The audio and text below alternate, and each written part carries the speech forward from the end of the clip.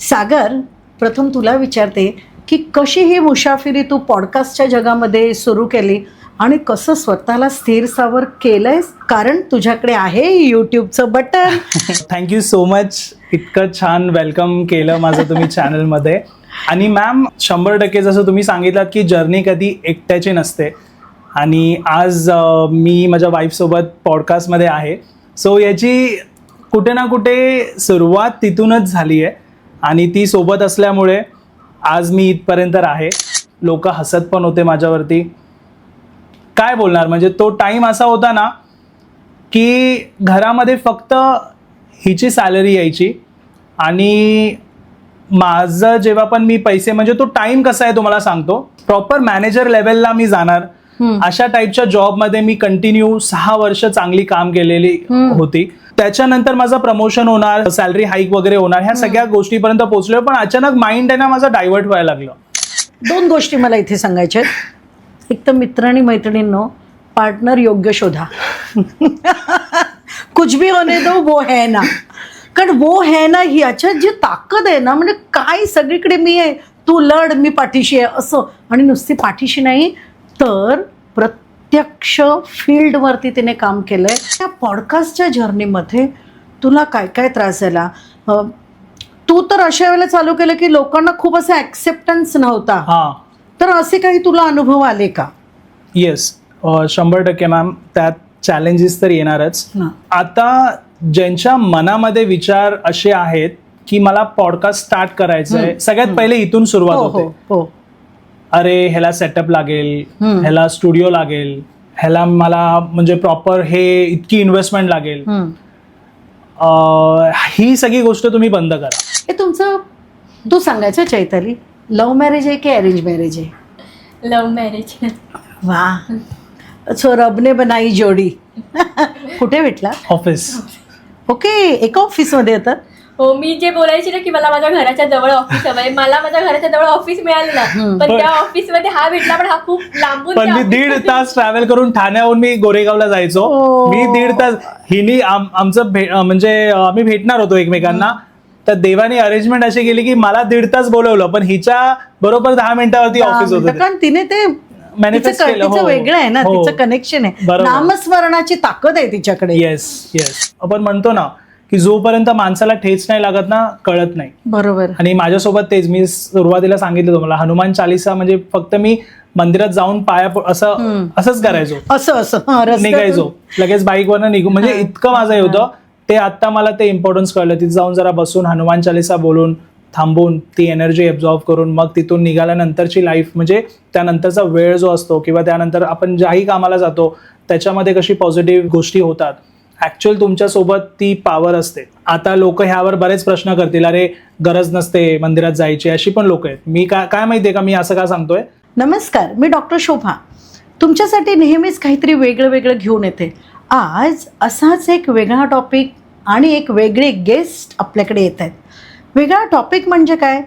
Podcast लोकांचे घेतात ना, त्यांनाच आज आपण पॉडकास्टवर आणलं आहे आणि त्यांचे पॉडकास्ट म्हणजे लोकांना खरोखर आवडतात असे पॉडकास्ट असतात. आणि आपल्याकडे आज आहेत श्री आणि सौ सागर पवार, म्हणजे चैताली पवार आणि सागर पवार.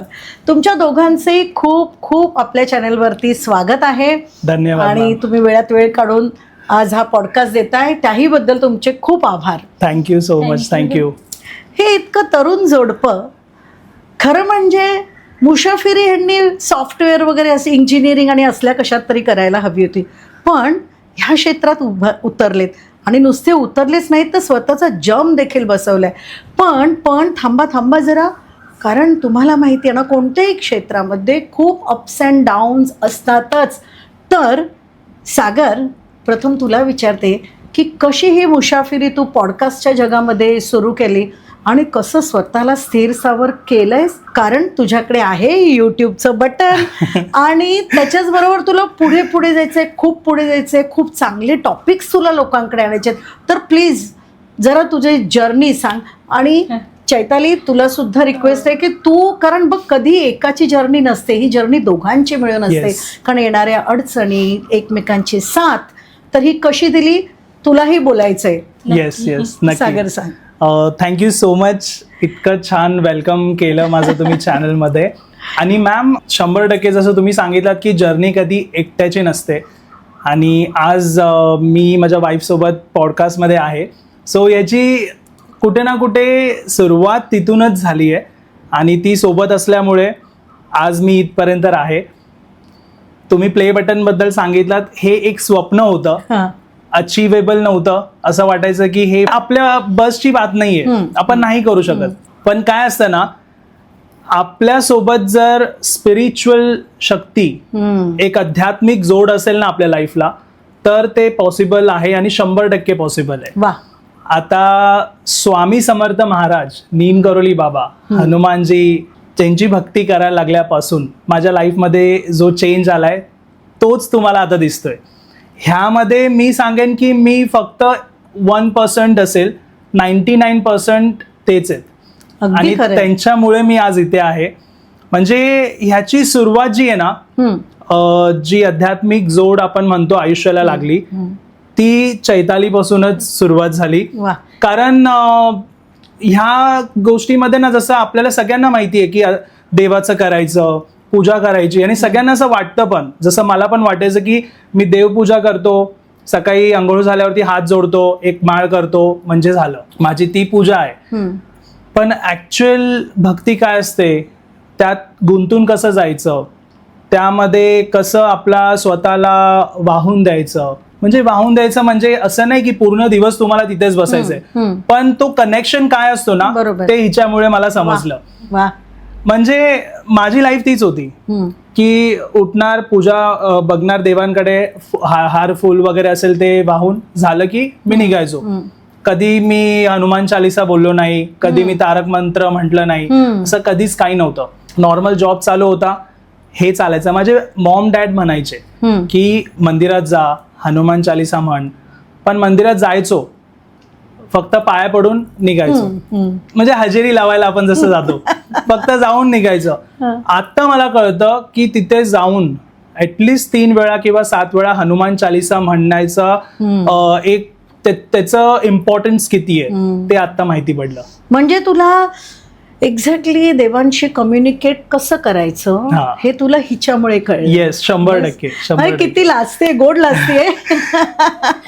जेव्हाही आपला नवरा आपलं कौतुक करतो ना, आणि ते पण असं आध्यात्मिक मध्ये, तर खरंच असं असं हे हास्य येणारच. सो चैताली, खूप छान वाटत असेल ना? हो, छान वाटतंय. सो मॅम, या जर्नीची सुरुवात मी आता स्टार्ट करतो. हा माझा ओव्हरऑल मी तुम्हाला एक स्ट्रक्चर सांगितला की कसं मी फॉर्म झालो आणि आता काय मी करतोय. पण जर्नी जसं तुम्ही स्टार्टिंगला म्हणालात, इझी नसते. बरेच ऑब्स्टिकल्स येतात, अप्स अँड डाऊन्स असतात लाईफमध्ये. ट्रस्ट नाही होणार लोकांना की मी बँकरप्ट झालो होतो. मी राहत्या घरी माझ्या नोटीस लागलेली, आणि ते बघून बऱ्याच लोकांना मजा येत होती. लोक हसत पण होते माझ्यावरती. काय बोलणार, म्हणजे तो टाइम असा होता ना की घरामध्ये फक्त हिची सॅलरी यायची, आणि माझं जेव्हा पण मी पैसे, म्हणजे तो टाइम कसा आहे तुम्हाला सांगतो, प्रॉपर मॅनेजर लेवलला मी जाणार, अशा टाईपच्या जॉबमध्ये मी कंटिन्यू 6 वर्ष चांगली काम केलेली होती. त्याच्यानंतर माझं प्रमोशन होणार, सॅलरी हाईक वगैरे होणार, ह्या सगळ्या गोष्टीपर्यंत पोहोचलो. पण अचानक माइंड आहे ना माझं डायव्हर्ट व्हायला लागलं. जाऊ दे ना, हा जॉब सोडतो, मी दुसरीकडे लागतो, थोडं अजून प्रमोशन होईल, अजून हाईक मिळेल, थोडं पैसे जास्त येतील. ह्या चक्करमध्ये मी तो जॉब सोडून चांगला इथे लागलो. 15 दिवसामध्ये वाटलं नाही, ह्याच्यापेक्षा तो जॉब चांगला आहे. तिथली सॅलरी यायच्या आधीच मी सोडून दुसरीकडे लागतोय. म्हणजे तुझं माइंडसेट बदलत गेलं, इनसिक्युरिटी, कुठेतरी येस, थांबायचं नाही, स्टेबिलिटी नाही असं. आता ना मला समजतच नाही हे का होतंय. तसं करत करत तुम्हाला सांगतो, EMI बाउन्स व्हायला लागले. बघा, ह्या गोष्टी खूप सेन्सिटिव्ह असतात. लोक शेअर नाही करत त्यांची फायनान्शियल जर्नी कशी होती, अप्स अँड डाऊन्स. पण मी जर ह्या क्षेत्रात आहे ना मॅम, मला असं वाटतं ट्रान्सपरन्सी ठेवली तरच लोकांना समजेल ऍक्च्युअल भक्ती काय असते. नॉर्मल लोकांसारखंच माझा मोबाईल लोन चालू होता, क्रेडिट कार्डचे बिल्स होते, माझे 2 क्रेडिट कार्ड्स होते, त्याचे बिल मी पे नव्हते केले. बाईकचं EMI चालू होता, माझ्या घराचा EMI चालू होता. टोटल 5 माझे EMI चालू होते, आणि हे सगळे ना मी थकवत होतो, कारण की माझ्याकडे माझं अमाऊंटच येत नव्हतं. जे काही जी सॅलरी यायची ती हाफ, म्हणजे काय व्हायचं, आमच्या दोघांचं जॉईंट अकाउंट आहे घराचं, हिचे हाफ पेमेंट जातात, माझे हाफ, हिचं हाफ जाऊन आमच्याकडे महिन्याला 8 ते 10 हजार उरायचे. त्यामधून समजा 2-2 हजार मी देऊन लोकांना शांत करायचो EMI वाल्या, की बाबा एवढेच आहे, एवढे घ्या, माझ्याकडे आता नाही आहेत बाकी पे करायला. रोज मग कॉल्स येत आहेत, हरॅसमेंट कंटिन्यू, लोक दारात येत आहेत. कधी आम्ही बाहेर जात होतो बाजूवाल्यांना की कुठे गेलाय सागर पवार वगैरे. तो फेज आहे ना मॅम, असं नाहीये की मी घरी बसलोय की एकदम, मी खूप मेहनत, म्हणजे विचार करा, जर मी 1-1.5 वर्षामध्ये यूट्यूबमध्ये वेगळं काही करू शकतो, म्हणजे ती जर माझ्या डोक्यामध्ये काही कॉन्सेप्ट येऊ शकते, मग मी कसं तिथे बसून राहणार. बरोबर आहे. काही ना काही मी इनोव्हेटिव्ह, फेसबुकवर काय ट्राय कर, युट्यूबवर काय ट्राय कर, कुठेच मला यश नाही मिळत आहे. आणि सगळ्या गोष्टी मी ट्राय करून झाल्यानंतर पण सिच्युएशन अशी होती ना, मी हेल्पलेस होतो. पण हिची सॅलरी जी यायची ना मंथ एंडला, असं वाटायचं की आता थोडं रिलीफ असेल. पण त्या छोट्या अमाऊंटमध्ये ना मॅम, घरचं राशन भरायचं, ह्याचे त्याचे बिल, कोण अचानक समोर आलं की त्याला किती पैसे द्यायचे हे सगळं कॅल्क्युलेट, ही त्यावेळी सपोर्ट केली मला. म्हणजे कुठेच हिच्या डोक्यात कॉन्सेप्ट, म्हणजे हे नाही आलं की बाबा नाही, मला हे सगळ्यातनं मी अगदी अगदी, म्हणजे चैताली, मी समजू शकते की मला हे बोलतायत ना तर माझ्याही अंगावर खरंच काटा येतोय, कारण ती परत जर्नी ती जगते. आणि सागर, म्हणजे आय रिअली ॲप्रिशिएट यू की इतका बोल्डली तू सांगतोयस. लोक लपवतात, लोक फक्त ग्लोरीफाय सगळं सांगतात. प्रेक्षक तुम्ही समजून घ्या, कारण हे आज दोघंही आपल्यासमोर यासाठी बसलेत की जगाला ना कळावं की कितीही वाईट झालं तरी तुम्ही कसं पुढे जाऊ शकता. आणि एक अर्धांगिनी म्हणजे शिव आणि शक्ती, खरंच मलाही ते असं तिची आत्ताची अवस्था बघून, पण ते खरं आहे मॅम. आणि शिव आणि शक्ती काय म्हणतात, शिवशक्ती इथंच आहे, समोरच आहे, आपल्यातच शिवशक्ती आहे. कारण आपण बघा, म्हणजे खरंच मला करंट जो इश्यू आहे ना चालू आहे त्याच्याबद्दल मी आता खरंच रेफरन्स देते, द्यायचं मनात नव्हतं, पण आपण सिया गोयल बघतोय, आपण कठड्या लोहगडावरून ढकलून दिले मुलाला, आणि त्याचे रिझन्स काय देते, पैसा हा रिझनच नाही तर काय, फंबल करतो, वीक घातलाय, अरे बाबा त्याचं जीवन तू सोडून दे ना. पण अशा पार्श्वभूमीवर असंही जोडपं आहे की जे एकमेकांसाठी इतकं स्ट्रॉंगली उभं आहे, म्हणजे ना खरंच इतकं सुंदर. आणि तुझे हे ना, हे अश्रू तुझे अत्यंत मौल्यवान आहेत, कारण तू हे फेस केलं आणि स्वतःच्या नवऱ्याला सपोर्ट केला आहे. तर त्याच्यामुळे प्लीज नंतर तुला असं वाटून देऊ नको की अरे मला का अश्रू आले, कारण हे अश्रू अतिशय महत्त्वाचे आहेत. आणि हे तुझं सेन्सिटिव्ह म्हणायचं, आणि तू तुझ्या नवऱ्यासाठी इतकं भक्कम उभी राहिली ना, त्याचं हे लक्षण आहे की खरंच अशा दुनियेत अशी मुलगी असणं ना, आय एम फिलिंग प्राऊड. पण ऍक्च्युली आज ती, म्हणजे तिचं असं होतं की तिला पॉडकास्टमध्ये नाही बसायचंय, पण ज्या व्यक्तीमुळे आपण इथे आहे तर तिला फ्रेममध्ये आणणं किती इम्पॉर्टंट आहे. 100%. म्हणून मी तुला सारखं म्हटलं की मला तू एकटा नकोयस. आणि प्रेक्षको, एक गंमत सांगते तुम्हाला, आम्ही ऑलरेडी आधी पण एकदा पॉडकास्ट आमचा केला होता, पण काहीतरी असं झालं की तो पॉडकास्ट आम्ही पूर्ण शूट नाही करू शकलो. आणि त्यावेळेला पण मला सागर म्हणाला, आपलं आधी ठरलं असतं ना तर चैताली असती. आणि ईश्वराला, ह्या युनिव्हर्सला हे हवं होतं की तीही समोर आहे, कारण शिव आणि शक्ती दोन्ही जोडीनेच चालतात, कधीच एकटे चालत नाही. तर खरंच तुझं मला प्रचंड कौतुक वाटतंय की अशी साथ दिली. आता मी तुला प्रश्न विचारेन आणि तुम्हाला उत्तर देणार आहेस, कारण तुझ्या उत्तरामुळे अनेक लोकांना आहे ना इन्स्पिरेशन मिळेल. कारण हे जे पॉडकास्ट बघतात, अनेकांच्या जीवनामध्ये असा प्रसंग कदाचित सुरू असेल. प्लीज कमेंट्समध्ये सांगा. अगदी तुम्हाला, म्हणजे तुम्ही सगळं प्रसंग नाही सांगितलं तरी येस वी ॲग्री एवढं जरी लिहिलं तरी आम्हाला कळेल की अशाच ह्याच्यातून तुम्ही चाललाय. कारण तुम्हाला सागर आणि चैताली आज एक मार्ग दाखवणार आहेत की तुम्ही कसं पुढे जाऊ शकता. अँड येस, डर के आगे जीत आहे. तर चैताली बघा, हा मी तुला असा प्रश्न नाही विचारत की तुला कसं वाटलं होतं, मला माहिती आहे तुला दुःखच झालं असेल, पण तुझ्यात ही हिंमत आली कुठून ग? ॲक्च्युली आमच्या घरी अपोजिट वातावरण होतं. म्हणजे असं होतं की पप्पा आमचे बोलायचे की ॲटलिस्ट 1 तास तरी जागेवर बसून काहीतरी करा, कोणती तरी पोथी वाचा, नामस्मरण करा, असं होतं वातावरण. तर मी म्हणजे जेव्हा 2री-3रीला होती तेव्हापासूनच मी म्हणजे नामस्मरण, तेव्हा आम्ही कलावती यांच्या मंदिरात जायचो. तो खूप वेळ भजनला बसायचो आम्ही, खूप नामस्मरण करायचो. तेव्हा अर्थ म्हणजे माहिती नव्हता ओम नमः शिवाय काय असतं, पण पप्पा बोलले सो त्यांना आम्ही घाबरायचो आणि जागेवर बसून आम्ही 10 माळी 11 माळी तेव्हा आम्ही करायचो. तर ते कंटिन्यू होतं म्हणजे माझं. त्याच्यामुळे एका जागी बसून 1-1, 2-2 तास भजन नामस्मरण करणं हे होतं.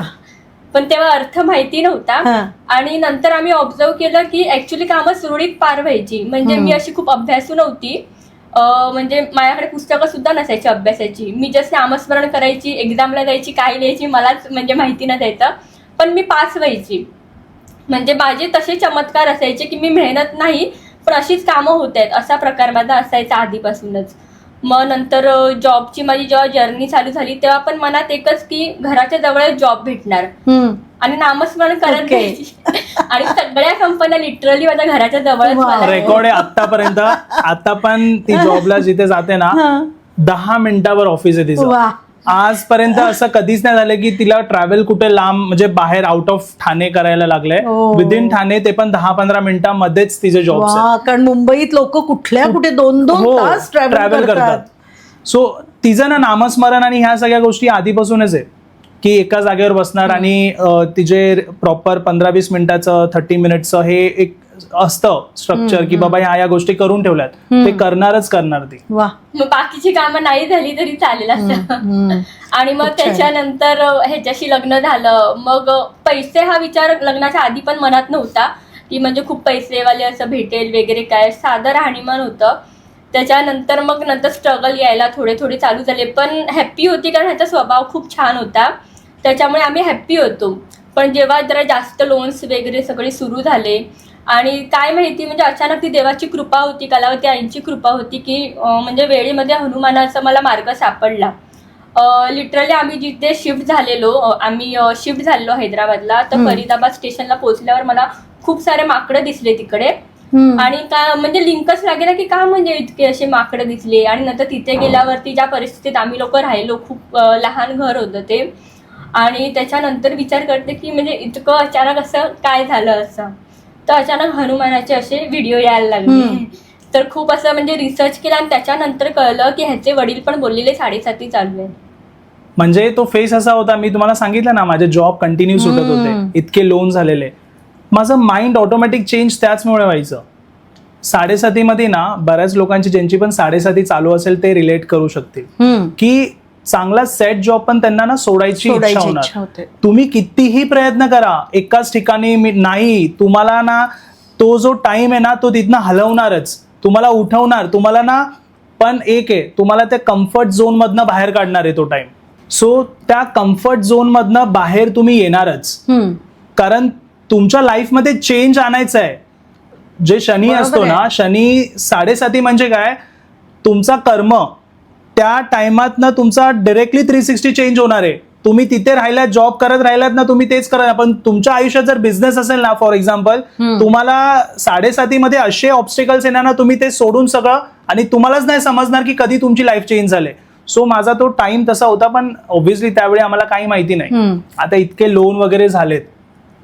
त्याच्यानंतर टाइम असा आला की जानेवारीमध्ये मला समजलं की माझ्यावरती समवेअर 2 लाखाचं आउटस्टँडिंग आहे, ते मला पे करायचंय. मग मला जॉब लागला हैदराबादमध्ये. आता तिथे पण सिच्युएशन बघा मॅम, ही मला फायनान्शियल सपोर्ट तर करतच होती, आता तिने ही पण रिस्क घेतली की माझ्यासोबत हैदराबादला शिफ्ट व्हायचं.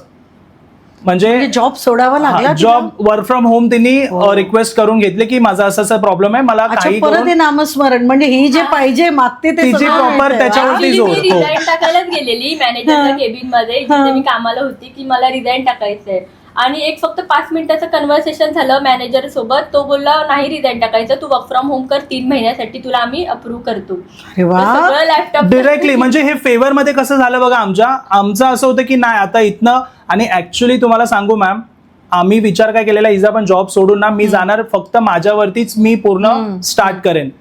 पण देवाचा चमत्कार बघा, ही गेली रिझाईन टाकायला, तिला समोरनं सांगितलं की तू 3 महिने जॉब कर, वर्क फ्रॉम होम आम्ही तुला, म्हणजे सॅलरी येते त्यावेळेत पैसे येणे इम्पॉर्टंट होतं, कसेही येऊ दे. मग इतकं इझी झालं, मग आम्ही शिफ्ट झालो. मग त्यावेळी आम्ही म्हणजे तुमची पूर्ण काळजीच कोणी एक वेगळी शक्ती Yes. तुमची काळजी घेत होती. फक्त तो जो टाइम होता ना हा. पैशांचा, तो असा होता की मला तो टाइम काढायचाच होता.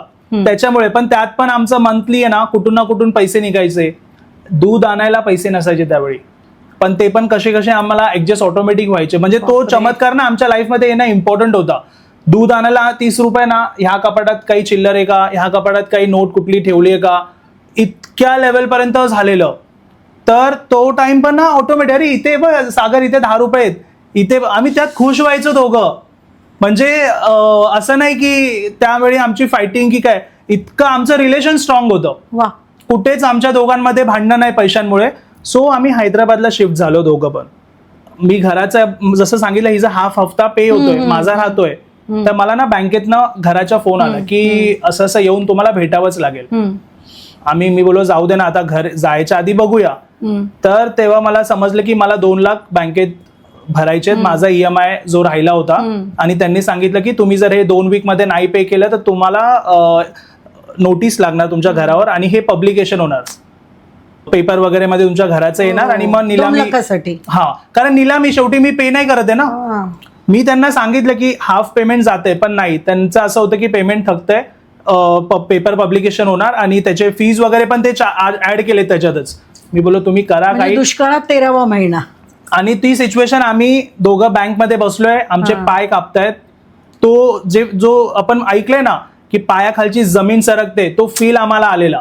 ऍक्च्युली इतक्या स्वप्न आमचं होतं, इतक्या फिलिंगने आम्ही ते घर घेतलेलं. आमच्या समोर दिसत होतं की ही बँक आमच्याकडनं हे घेऊन जाते. काहीच नाही. मी चैतूला एकच बोललो, चैतू विसरून जाऊ आपण घर घेतलेलं, सगळं सोडू, बघू आपण, आणि फ्युचर आपला ब्राईट असेल. कसं आहे माहितीये, मॅनिफेस्टेशन पण एक हे असतं की आपण पण पॉझिटिव्ह राहणं किती इम्पॉर्टंट आहे. ही पण त्यावेळी पॉझिटिव्ह होती, हिच्या पण कधी तोंडात नाही आता झालं, आपण कधीच आयुष्यात हे नाही करू शकत, कधी नाही. तिथून आम्ही ना कसं उठून नवीन काय करू हे नेहमी डोक्यात असायचं. का तर आमच्या दोघांचा एकमेकांचा सपोर्ट तसा होता. आता कळलं की बाबा 4 लाख लमसम आम्हाला हवेत, तेव्हाच आम्ही नॉर्मल लाईफला येऊ शकतो. 4 लाख म्हणजे 40 लाख रुपये वाटत होते मला. बरोबर आहे. कारण 4,000 रुपये पण आणि पहिली गोष्ट आम्ही ह्यात कुणाला मागितलंच नाही काय. जी ही सिच्युएशन चाललेली ना, माझे घरचे मला फोन करतात, अरे सागर तू लोन घेतलंयस का रे कोणतं, मला फोन आलेला. मी आता काय बोलणार, अरे नाही ते कुणाचं काही ते स्कॅम वगैरे होत आहेत ना, मे बी तसं काही असू शकतं. आता काय बोलणार ना की मी लोन घेतलंय आणि मला ते आवडत पण नाही कुणाकडे मागायला की बोलायला. नाही, आम्ही केले तर आमचं आम्हालाच बघायचंय. तर अननोन नंबर कुठून पण येतात, आप सागर बोल रहे हो क्या, अरे भाई वो आपने कुछ लोन लिया है क्या, मुझे आपके इससे नंबर से कॉल आ रहा है, और की सागर को जानते हो क्या, ये वो अननोन कोणाचे पण कॉल येतात. म्हणजे हे प्रेशर टॅक्टिस. Pressure actually. आणि हे ह्याच्याने काय होतं ना की माणूस घाबरून जातो. हो. की माझं सोशलिटीमध्ये नाव खराब होतंय वगैरे ह्याच्यानी. आणि हे टॅक्टिक्स असतात, आता पण ते वापरले जातात. कितीतरी लोक त्याच्यामुळे सुसाईड वगैरे पण बरोबर आहे, करतात, आत्महत्या करतात. सो तो टाइम पण ना मी बोललो जाऊ दे. गावाच्या लोकांकडनं फोन आले, मित्रांचे, अरे सागर असं, म्हणजे गाव पण आहे इथे पण, दोन्ही ठिकाणी माझे नावं खराब होत आहेत. अरे बापरे. मी बोललो आता काही ऑप्शन नाही चैतू, बोललो जाऊ आपण. गेलो आम्ही हैदराबादला. पण मग हे घर काय केलं? तसंच होतं, आम्ही लॉक करून गेले होतो. आता गेल्यावरती मला आमच्या इथल्या लोकांनी बिल्डिंगच्या नंतर मग थोड्या 1-1.5 महिन्यांनी आहे ना फोटो पाठवला की सागर तुझ्या घरावरती नोटीस लागले. सो तो फोटो बघून आहे ना मी बोललो चैतू आपलं घर वगैरे काहीच नाहीये ठाण्यामध्ये, असं बोललो. कारण आम्ही का विचार करू, आता असं आमच्यासाठी झालेलं ना की नाही, आम्ही आत्ता नॉर्मल लाईफ कशी आणू ते विचार करू. पास्टमध्ये काय झालं आम्हाला आत्ता काही आठवायचं नाहीये. तो टाइम कसा चांगला घालवायचा आम्ही त्याच्यावरतीच विचार करत होतो. मग त्यावेळी जेव्हा हैदराबादला जात होतो ना, ट्रेन उतरताना स्टेशनला पूर्ण कळप होता माकडांचा. खूप जसं तू म्हणाली. ही बोलते सागर हे काय. आणि त्यावेळी ना आम्हाला माहिती नाही हे साईन कुठले. ती ऍक्च्युली एंट्री होती हनुमानजीची आमच्या लाईफमध्ये. तिथून चेंज होणार होती आमची लाईफ जेव्हा ती माकडं आम्हाला दिसली. पण आम्हाला तेव्हा नाही कळलं ते. तिथून गेलो, 2-2.5 महिने झाले हो, पैसेच यायला तयार नाही. मला फक्त सॅलरी येते, त्यातून मी हे 5-5 हजार कोणाचे एकदम जास्त ओव्हर कॉल येत आहेत. कॉल्स पण कसे, फोनवाल्याचा कॉल आला, त्याचा ठेवला, त्याला कन्व्हिन्स करून मग मोबाईलवाला कॉल करणार, त्याच्याशी कन्व्हिन्स करून त्याला ठेवलं की मग क्रेडिट कार्डवाले 2-3 कॉल करणार. त्यांचं ठेवलं की मी घरवाले की काय झालं तुम्ही पे करताय की नाही. दिवसभरामध्ये आमचं फक्त तेच. आणि त्या सिच्युएशन मध्ये पण ही ते करून ऑफिस पण करते. आता करायचं काय तर माझी नाईट शिफ्ट असायची. 2-2.5 महिने आम्ही कसं कसं हँडल केलं. आल्यानंतर एक दिवशी मी बघतोय की ही बसले आणि ती रूम एकदम छोटी होती, देवारा वगैरे तिथे काही नाही. पाट आणला हिनी, त्या पाटावरती हनुमानजीचा फोटो पण म्हणजे कसा एक पेपर मधला फोटो असतो तसा. आता तिथे कुठे आम्ही हे सगळं मांडत बसणार देवाचं. त्या हनुमानजीचा फोटो तिने पाटावरती ठेवलेला आणि दिवा छोटा लावलाय. ते दिवा पण मी घेऊन गेली कारण थोडीफार पूजेचे हा. साहित्य मी ते ठेवले होते पण त्यात दिवा होता. मग दिवा काढला आणि दिवा मी बोललो ही काय करते. तर मग तिचं चाललं होतं पूजा वगैरे. मला बोलली काय बोलून असं हे केली इशारा आणि तिचं कंटिन्यू केली. थोड्या वेळानंतर तिचं वाचून झाल्यावरती मला सांगितलं तिने की अरे असं असं ना जयेश वाघेला करून चॅनल आहे, त्यांच्याकडे ना लोकांनी सांगितलंय की अशा अशा गोष्टींचा संकल्प घेतात आणि त्या संकल्पानंतर ना त्यांची कामं होतात. मी बोलो ठीक आहे. आणि मी काय इतकं लक्ष नाही दिलं. ही करते. 1 वीकचा हिचा संकल्प होता. त्या 1 वीकमध्ये मला 65,000चा सेल आला. अरे वा. 2.5-3 महिन्यानंतरची गोष्ट आहे. त्याच्यानंतर मी बोललो हे काय. मग मी बसलो संकल्प करायला तिचं बघून.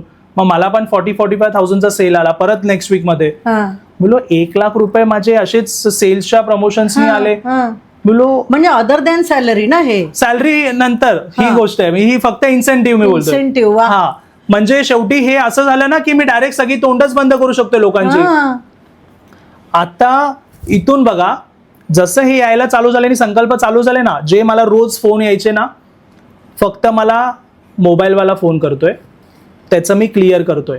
त्याच्या 2 आठवड्यानंतर परत जेव्हा मला इन्सेंटिव्ह येतोय त्यावेळी मला क्रेडिट कार्डवाला फोन करतोय. बाकी विसरून गेले. म्हणजे हे सिक्वेन्स लावण्यासारखं झालं. बाकी एकाचं तोंड बंद मग दुसरं. आणि कोणच फोन पण नाही करणार. अरे वा. आणि घरवाला तो पण नाही.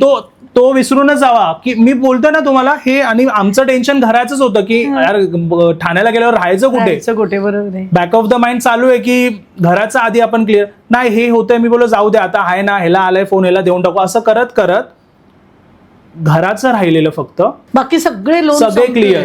आता बघा ज्यावेळी घराचं राहिलं ना, मी कॉल केला त्यांना आणि समवेअर 1 लाख आणि समथिंग अमाऊंट होती. आम्ही ती त्यांना ट्रान्सफर केली. मी बोलो चैतू त्यांना पे करून टाकू आपण, हे बघू जे होईल ते. आणि 3.5 महिने झालेत काहीच रिप्लाय नाही येते घरातनं. मी बोललो बघूया. तेवढ्यात आम्ही जी अमाऊंट पे केली ना, आम्हाला वाटलेलं त्यावेळी 2 लाख होती, आता 2.5-3 लाखाच्या वरती गेले. तर ते बोलले नाही आता तुमचं नील झालं, आता इथून पुढे तुम्ही रेग्युलर ईएमआय भरा. अचानक आहे ना, म्हणजे झोपेमध्ये मला फोन आला त्यांच्या बँकेच्या आणि आम्ही घाबरलेलो आणि मी फोन उचलत नव्हती. म्हटलं नको उचलूया, भीती टेन्शन, कारण आता आहेच नेत द्यायला. तर अचानक फोन उचलल्यावर त्या मॅडम म्हणतात की तुम्ही आता एक्सेस पेमेंट करू नका, तुमचं पेमेंट झालेलं आहे, तुम्ही आता म्हणजे नील झालेला आहात, आता नॉर्मल फक्त ईएमआय तुम्ही पे करा घराची. असं बापरे. म्हणजे हा एक वेगळाच शॉक लागला. म्हणजे जिथे 2.5 लाख भरायचे होते तिथे आमचं 1 लाखातच आम्हालाच कॅल्क्युलेशन 1 लाख आणि 5-10 हजार काहीतरी आम्ही दिले. आम्ही कॅल्क्युलेट, कारण ना मला टॅली करायला पण हे नव्हतं की मी किती देऊ किती नाही. बाबा नको, जे आहे तुम्ही घ्या आणि मला रिकामं करा यातनं तसं. आणि मी दिलं. नंतर हे पण झालं. मी बोललो चैतू हे कसं रे पॉसिबल आहे. मग आता समजा छोट्या मोठ्या काही क्रेडिट कार्ड वगैरे समजा एक 40-50 हजार रुपये राहिले असतील, बाकी सगळं आमचं फोन ऑलमोस्ट बंद झाले येण्याचे. आता हिनी संकल्प घेतला, इथे जी भक्ती करते ती मला घरी जाऊन माझ्या करायचे ठाण्यामध्ये, इथे नको तसं बोलली. आणि त्यावेळी तुम्हाला सांगतो जो टाइम होता तो जो काही संकल्पानंतरचा, जे काही आम्ही अजून 4-4.5 महिने राहिलो तिथे, त्या टाइमात आम्ही हैदराबादमध्ये हनुमानजीचं मंदिर आहे माधापूर पोलीस स्टेशनच्या बरोबर बाजूला, आणि तिथे आम्ही दर शनिवारी जायचो. 7 वाजता तिथे पूजा वगैरे चालू होते आणि 8ला एक्झॅक्ट आरती चालू होते. ती आरती जो फेमस हनुमान चालिसाचं गाणं आहे 9 मिनिटाचं, त्या हनुमान चालिसावरती त्या मंदिरामध्ये आरती होते आणि पूर्ण अंधार असतो. स्पीकर असतात, लाऊड स्पीकर, 150 ते 200 लोक जमा असतात आणि फक्त ती जी ज्योत असते ना आरतीची, ती हनुमानजीच्या चेहऱ्यावरती फिरत असते आणि ते हनुमान चालिसा चालू असते. सगळे लोक एकसाथ हनुमान चालिसा बोलत असतात. त्यात आपण पण, त्यात व्हायब्रेशन आणि आपल्या अंगावरती काटे येतात ना, ते थांबणारच नाहीत. तुम्हाला सांगतो इतकं पॉवरफुल फील होणार ना तुम्हाला, फुल म्हणजे माणूस पॉझिटिव्ह होऊनच तिथनं बाहेर निघणार. आणि त्याच्यामुळे आम्ही ते 3-4 महिने इझिली काढू शकलो, त्यात ती पॉवर घेऊन.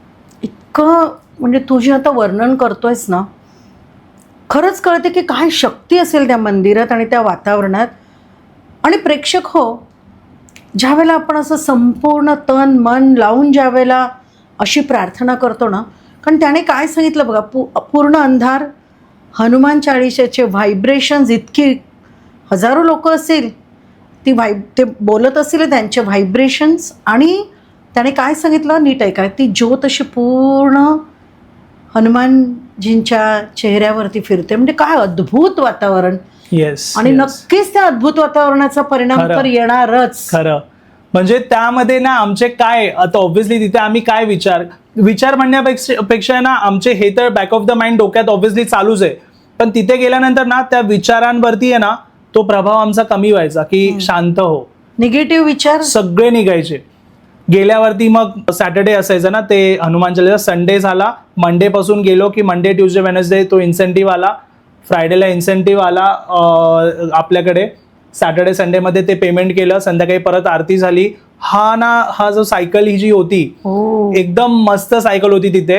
आणि त्याच्यातनं जेव्हा आम्ही आता हिनी संकल्प घेतला होता की मला ठाण्यात यायचं आणि ठाण्यात जाऊन आम्ही घरामध्ये राम दरबार आम्ही बसवणार. ओके. तर हे जे घराला तुम्ही नाही, ते पण कसं झालं, माझा जो जॉब होता ना 3 महिन्याचा अप्रुव्हल होता मला, तर 3 महिन्यानंतर मला असं वाटत होतं की आता जायला तर लागणार ठाण्याला किंवा सोडायला तर लागणार. मग मी काही बोलत नव्हती, समोरून पण काही रिस्पॉन्स नव्हता की तू ये इकडे, नॉर्मल ऍज इट इज चालू होतं. 3 महिन्याचे 5 महिने झाले. त्यांनी तुला विचारलं? नाहीच विचारलं. बापरे, नामस्मरण असावं तर असं नाही काहीच नाही. 5व्या महिन्यानंतर ना त्यांचं म्हणजे असं झालं की आमचा प्रोजेक्ट बंद झाला. मग प्रोजेक्ट जेव्हा बंद झाला तेव्हा मॅनेजरने अप्रोच केलं की चैताली, की तुला आतापर्यंत आम्ही काय बोललो नाही, 3 महिन्याचे 5 महिने झाले, आता नवीन प्रोजेक्टला तुला टाकणार, तर तुला यायला लागणार ट्रेनिंगसाठी. तर मी म्हटलं सॉरी, आता मला सोडावाच लागेल जॉब. आणि मी सोडला, पण हॅपीली सोडला, कारण तोपर्यंत ह्याचं सेट झालेलं. वा. मग तेव्हा सुद्धा कंपनीने अशी तरतूद केलेली की मला हैदराबादला मी ज्या बिल्डिंगमध्ये होती तिथेच मी राहून, मला कंपनीचे माणसं माझ्या बिल्डिंग खाली येऊन मी त्यांना मग त्यांचं सगळं सामान दिलं, आयडी पासून लॅपटॉप पासून सगळं, म्हणजे मला कुठेही जायला नव्हतं. हैदराबाद मध्ये काय बोलायचं. म्हणजे तुम्हाला तर हे ह्याच्यावर विश्वास बसणं खरंच कठीण जाईल, परंतु ती प्रत्यक्ष आपल्याला सांगते की काय घटना तिच्याबरोबर घडल्या आणि घडतात की म्हणजे एवढी अरेंजमेंट. Hats off. माझं सगळं सामान त्यांनी बिल्डिंग खाली आले ते घेऊन गेले, लॅपटॉप पासून सगळं कंपनीचं सामान. मग जेव्हा ठाण्याला इथे पोहोचलो कंपनीमध्ये तेव्हा कॉल आला की तुमचं सामान आम्हाला भेटलेलं आहे, तुम्हीच दिलंय ना. म्हटलं हा मीच दिलंय. आणि मग तो एंड झाला त्या जॉबचा. तिथे तू ते जॉब सोडून दिलं, सगळं सरेंडर केलंस. आणि त्याच्यानंतर एक छोटा मॅजिक असं झालं आमच्यासोबत. यावेळेला तुम्ही हैदराबाद मध्येच होतात ना? हैदराबादहून आलो आम्ही. आलात म्हणजे त्यावेळेला मग तुम्ही असं डिसिजन घेतलं की आता येस. हा, मग ते झालं आमचं. आणि नाही डिसिजन म्हणजे आमचा जॉब शिफ्ट झाला नंतर. तुझा? हा, माझा. तर हिचं पण रेजिग्नेशन झालं आणि हिने जो संकल्प घेतला होता त्याच्या 2 मला वाटतं वीक मध्ये माझं स्वतःचं इथे शिफ्टिंग झालं. म्हणजे सेम कंपनी? येस, सेम कंपनीचं शिफ्टिंग झालं. मग मी आलो ठाण्यामध्ये. मग ठाण्यामध्ये आल्यानंतर इथे आल्यावर परत नाही काय डोक्यामध्ये असा माझा विचार होता की हे आपण थोडं चेंज करू, पण त्यावेळी ना एकदम पॉझिटिव्ह होतं की नाही इथे गेल्यावरती प्रॉपर आहे माझं. ठाण्यामध्ये आलो. ठाण्यात आल्या सगळ्यात पहिले आमचं जे सांगितलं होतं की राम दरबार बसवणार आम्ही घरी. राम दरबार घरी आणला आणि हिचा इथे परत नवीन जॉब लागला. हिचा प्रॉपर कंपनी होती की ह्या कंपनीत मला जॉब पाहिजे. अच्छा, हे पण हिनेच ठरवलं? हा. आणि ते जॉब पण प्रॉपर तिला मिळाला. फ्रेंडच्या रेफरन्सनीच तो पण जॉब आला. घराचा 10 मिनिटावर. आता पण राहतो इथून 10 मिनिटावरती. त्या पैशातनं तिने सगळ्यात पहिले ह्याच्या पेमेंट मधनं राम दरबारची मूर्ती आम्ही आणली घरामध्ये. आणि मग तिथून पुढे ती पूजा आम्ही सॅटर्डेला आम्ही आरती करायला स्टार्ट केली. ओके. घरामध्ये. कारण हैदराबाद तर एकदम हे झालं मग इथे कुठेच तसं आरतीचं हे नाही दिसलं मला. आम्ही गेलो पण 7 वाजता वगैरे 8 वाजता असं मंदिरांमध्ये.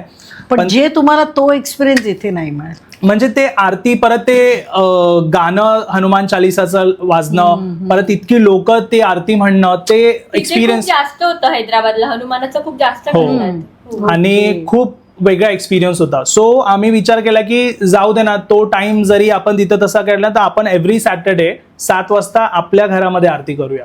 अजूनही करता? अजून काल पण झाली, काल सॅटर्डे होता, काल पण वा, वा, वा. एव्हरी सॅटर्डे न चुकता चालू असतं. आणि पण ना मॅम, संकल्प हा जो आम्ही घेतला ना त्या वेळामध्ये खूप पॉवरफुल होता. हम्म. संकल्पामध्ये आता पण जर कोण प्रेक्षक आपले त्या संकटात असतील, 21 दिवसाचा किंवा 1 महिन्याचा किंवा जास्त एकदमच नाही तर 11 दिवसाचा तुम्ही घेऊन बघा. 11 दिवसामध्ये 11 वेळा हनुमान चालिसा आणि एकदा बजरंग बाण म्हणा. तुम्ही लाईफमध्ये तुमच्या चेंज बघा. वा. कुठून पण ऑटोमॅटिक ऑपॉर्च्युनिटीज तुम्हाला येणार. जर तुम्ही आता जसं सुरुवातीला म्हटलात की इतक्या कमी वेळामध्ये सबस्क्रायबर्स, हो, इन्स्टा, अगदी. ह्याचं कारणच ते आहे की हनुमानजीची शक्ती अशी आहे ना की हे सगळं आता पण हे प्ले बटन वगैरे आलं हे दिसतंय, पण मी आता पण नाही विश्वास ठेवू शकत की हे माझ्याकडे आले, कारण मला नाही वाटत मी तितका कॅपेबल आहे. पण ही ती शक्ती आहे ज्यांनी हे सगळं करून आणलंय. मे बी हा आजचा एक पॉडकास्ट तुम्ही इथे येऊन होस्ट करताय, ते रिझन असू शकतं की मी आज इतक्या लोकांना म्हणजे ओळखतायत की तुम्ही येऊन पॉडकास्ट घेतात आणि ही स्टोरी लोकांना ऐकायची, Yes, ज्याच्यानी yes. ते लोक मोटिवेटेड होतील, त्यांना ऍक्च्युअल हनुमानजीची पॉवर समजेल. अगदी बरोबर आहे. ह्या गोष्टीनंतर ते मी जसं सांगितलं, एक छोटासा अजून एक चमत्कार होता मध्ये. आल्यानंतर आमचा एक 40-45,000चं काहीतरी लोन अजून राहिलेलं. आता सगळं झालेलं ना, मग आता कोणाचा तरी फोन आला पाहिजे. मग त्याने फोन केला की अरे असं आहे. म्हणलो ठीक आहे. मग आता बोललो चैतू आता आपल्याला थांबायला लागेल थोडं, परत तेवढं सेव्ह करून द्यायला लागेल. ती बोलली अरे अशी चैन जी होती ना ती देऊया का, तेवढंच आहे ना, बघूया काय होतं का. सोन्याची चेन. सोन्याची चैन होती घरी आणि ती एकदम छोटी होती. हम्म. जेव्हा ती चैन काढली ना त्यावेळी आमचं आधी बघितली होती तेव्हा आमचं हेच होतं, ह्याच्याने काय होणार, आपलं कर्ज आहे 2 लाखाचं. तेव्हा तर घराचं माहिती नव्हतं पडलेलं, फक्त क्रेडिट कार्ड्स वगैरे. बोललो ह्याच्याने काय होणार, राहू दे बोललो, हे काय कामाचं नाही बोललो. तर ती चैन जेव्हा ना मी घेऊन गेलो, म्हणलं असेल ही पण 30-35 हजारची, तितके देऊन टाकू. त्या सोनाराने जेव्हा चैन काढली ना, ती चैन अशी निघत चालली आणि ही इतकी लांब चैन. मी चैतूला बोललो, आम्ही चैतू दोघं एकमेकांकडे बघतोय. आम्ही तिथे बघतो एकमेकांना, अरे काय हे, काहीच. आम्ही शांत होतो. पेमेंट वगैरे त्यांनी 85,000 रुपीज दिला. हा. आम्ही पैसे घेऊन आलोय बाहेर. मग मी ह्याला बोलली तू गप्प आता जास्त काय बोलू नकोस, आपण देऊया. नाही, कारण की आम्हाला बिलीव्ह नाही होते, जी चैन आम्ही आधी बघितलीये तिची तुम्हाला त्यावेळेला लेंथ एवढी. अहो, कारण की ना ती नॉर्मल छोटी चैन आहे. आणि आता काय सांगू, म्हणजे बघा ह्या गोष्टी आहे ना, सांगितल्या तर कोणाला नाही विश्वास पटणार. नाही हा, बसणार. सांगून फायदा नाही. पण माझ्यासोबत त्यावेळीच्या गोष्टी झाल्यात ना, हिला पण आम्ही दोघांनी एकसाथ बघितली ती चेन. तो काढत चाललाय अशी लांब, आणि आम्ही पण थोडं की यार हे काय वजन वगैरे करून तो आम्हाला, हा ठीक आहे द्या, असं पण नाही की याच्यावर थोडं वाढवून द्या, हाय तुम्ही बोलत द्या, हे काय वेगळंच झालेलं आहे. आल्यानंतर ते पैसे घेऊन त्या पैशातनं त्याचं क्लिअर केलं. आमच्याकडे मस्त 2 महिने आम्ही आरामात अजून प्रॉपर लाईफ हे करू शकू असे पैसे. त्याच्यानंतर हळूहळू आहे ना यूट्यूब वगैरे मध्ये ट्राय करायला लागलो मी की काय करूया आपण, जॉब करत करत अजून काहीतरी करावं लागेल. तेव्हा जो जॉब करत होतो तो मला वर्क फ्रॉम होम मिळाला होता. तर अच्छा. त्या संधीचा फायदा घेऊन मी काय करायचो, सकाळी माझी नाईट शिफ्टच होती तेव्हा पण, 6:30ला झोपलो की 10:30-11ला उठून मग व्हिडिओज एडिटिंग करायचो, बनवायचो वगैरे आणि अपलोड करायचो. मग तेव्हा मी हॉरर व्हिडिओज कडनं चालू केलं. त्यावेळेला तुला व्हिडिओ एडिटिंग येत होतं की तू हा. स्किल शिकलास? नाही, हे कसं आहे ना, 2021-22 मध्ये ह्या सगळ्या प्रसंग होण्याच्या आधी आम्ही दोघांनी एक युट्यूब चॅनल असंच चालू केलं होतं व्लॉगिंगचं, कारण तेव्हा लॉकडाऊन नंतर जस्ट व्लॉगिंग खूप जास्त चाललेली. सो ते केलेलं, पण आपण बोलतो ना, तो टाइम आल्याशिवाय तुम्हाला कुठे पण सक्सेस नाही मिळणार. बरोबर आहे. तिथे व्ह्यूजच यायचे नाही, कोण बघायचेच नाही व्हिडिओ. अच्छा. हा, म्हणजे एक व्हिडिओ प्रँक वगैरे आम्ही करायचो ते जायचे व्हायरल, पण प्रँक किती करणार ना आणि काय करणार प्रँक. सो त्या मग बोललो आणि इथे असं वाटत नाही की काय बेस क्रिएट होऊ शकतो. सो आम्ही ते असं स्किप केलं होतं. हैदराबादला पण आम्ही गेलो ना त्या कंडिशन मध्ये पण आम्ही त्याच्यावर व्हिडिओ बनवून टाकायचो. आता पण द ठाणेकर करून चॅनल आहे, ते आम्ही काहीच करत नाही, अपलोड नाही केले काय त्यावर. पण हैदराबादचे व्हिडिओ तिथे गेल्यावर आम्ही त्या टाइमात पण किती मजा केली ते सगळे व्हिडिओ त्या चॅनलवरती आम्ही अपलोड केले होते. ओके.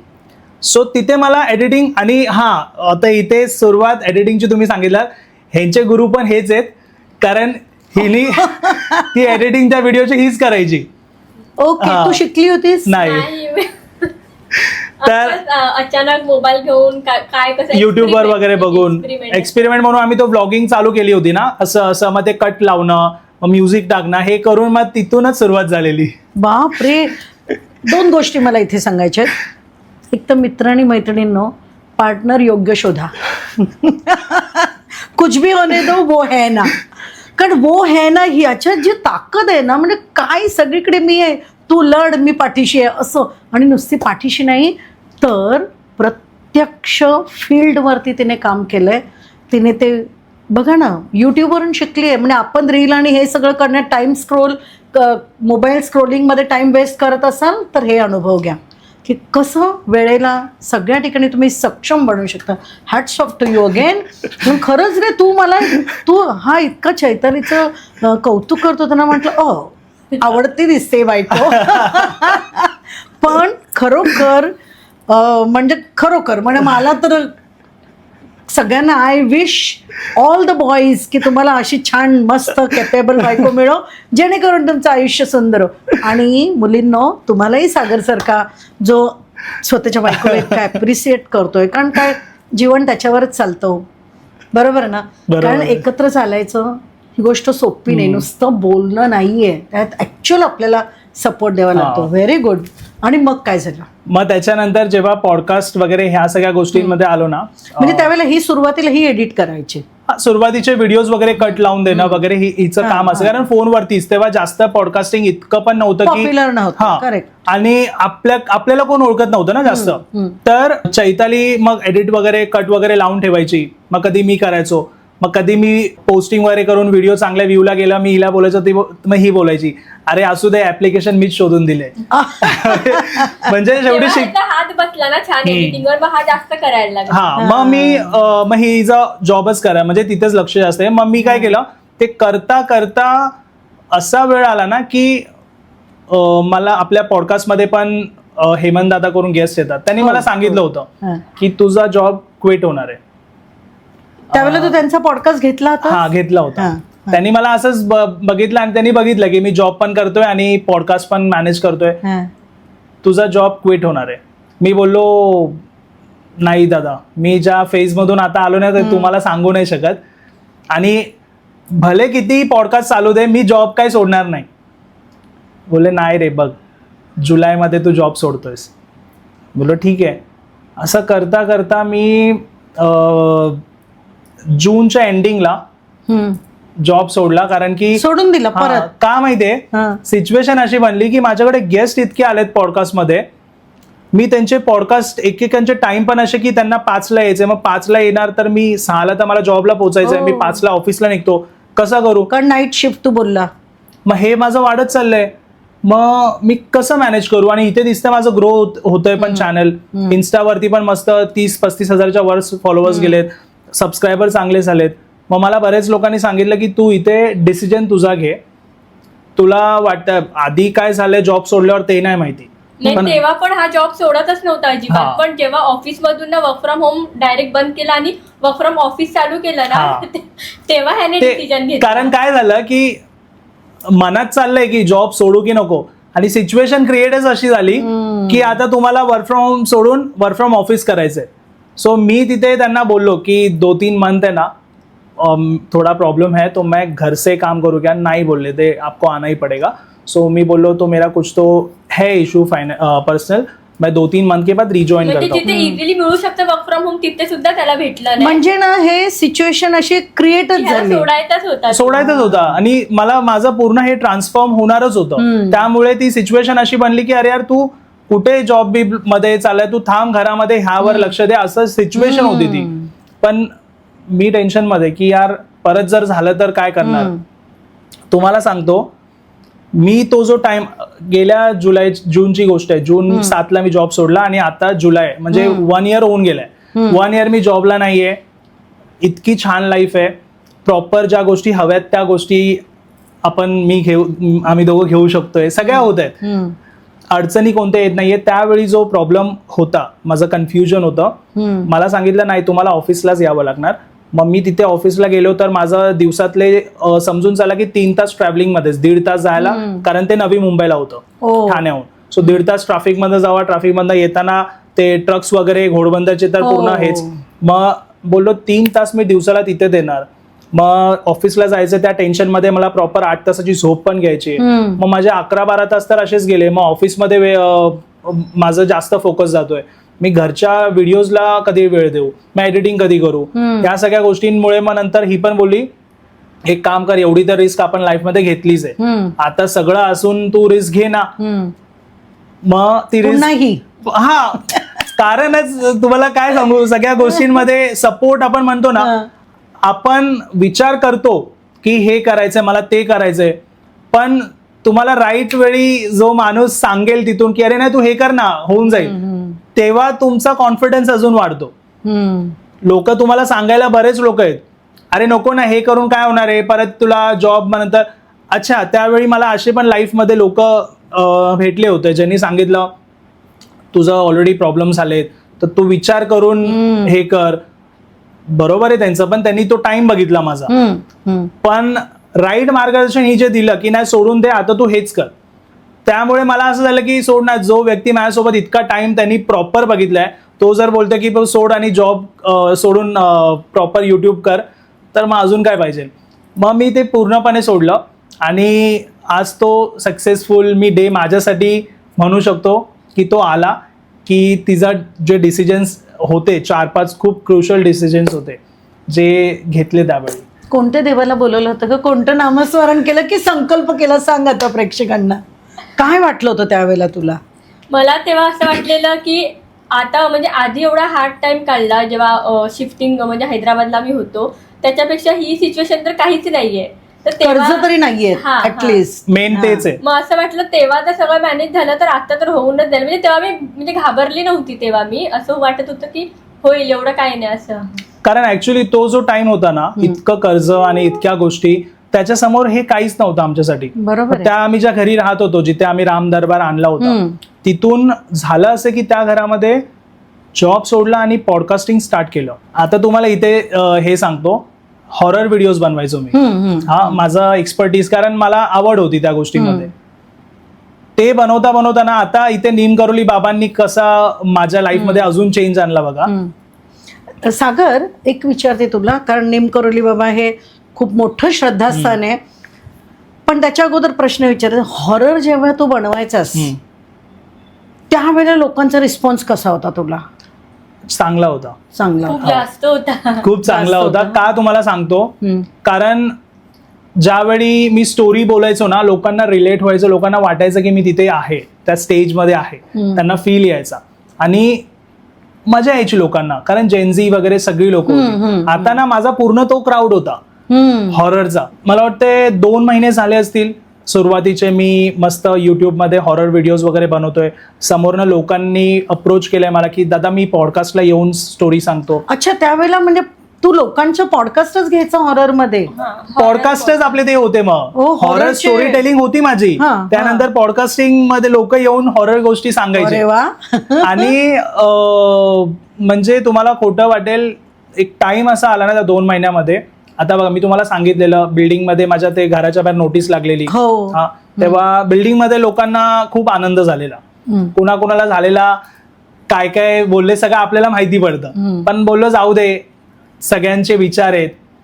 आता मी जेव्हा पॉडकास्टिंग चालू केलं तेव्हा परत बिल्डिंग मध्ये लोकांना असं वाटलं यार हे काय नवीन खूळ ह्याच्या डोक्यात आलंय, म्हणजे काय ना काय वेगळंच करत असतो, ट्राय करायचं काही ना काही वेगळं. कसं आहे माहितीये का, एक अशी आपल्यामध्ये सगळ्यांमध्ये गोष्ट असते जी तुम्हाला ना स्टेबल बसून नाही देत, काय ना काय इनोव्हेटिव्ह करत राहिला. पण आपण स्वतःवर एकतर डाऊट घेतो, किंवा राईट पार्टनर मिळत नाही वेळेत, किंवा तुमचं एन्व्हायरमेंट तुम्हाला ते करून देत नाही. बरोबर. सो मला माहिती असायचं प्रत्येक गोष्टीमध्ये की मला कोण काय बोलतं, मला डिमोटिवेट कोण करतं. पण माझी लाईफ आहे, मला वाटतं की मी चेंज करू शकतो जर मी त्या ह्याच्यामध्ये आहे तर. आणि जर आपल्यासोबत देवाची शक्ती असेल तर आपल्याला काहीच कुठे प्रॉब्लेम येणार नाही. तर ना अचानक हॉररची लोक यायची ना, ती बंद झाली यायला. म्हणजे पॉडकास्ट आता मी बोललो आता काय करू, म्हणजे जे एकदम स्मूथ चालू होतं तिथे Yes. तुझं अचानक असं Pause लागला. खीळ पडल्यासारखी हो, pause pause लागला. लागला. मला ना ह्याच्या अगोदर एक प्रश्न हिला विचारायचा आहे. हॉरर म्हणजे भीती वाटते, बरोबर आहे, म्हणजे काटा येणं अंगावर, घाबरून जाणं म्हणजेच हॉररचं सक्सेस. हा जेव्हा ह्या स्टोरी सांगायचा किंवा असं पॉडकास्ट घ्यायचा, माहिती आहे की तुझ्या पाठीमागे हनुमानजींची शक्ती आणि सगळं, तरी पण कधी कुठे भीती वाटली का? भीती वाटली नाही, पण मी ह्याचे व्हिडिओ बघायचीच नाही. म्हणजे ह्याचा व्हिडिओ बनवत बसायचा, पण मी कधी बघितले नाही. आणि हा शूट करताना पण मी कधी ऐकायचा प्रयत्न नाही केला.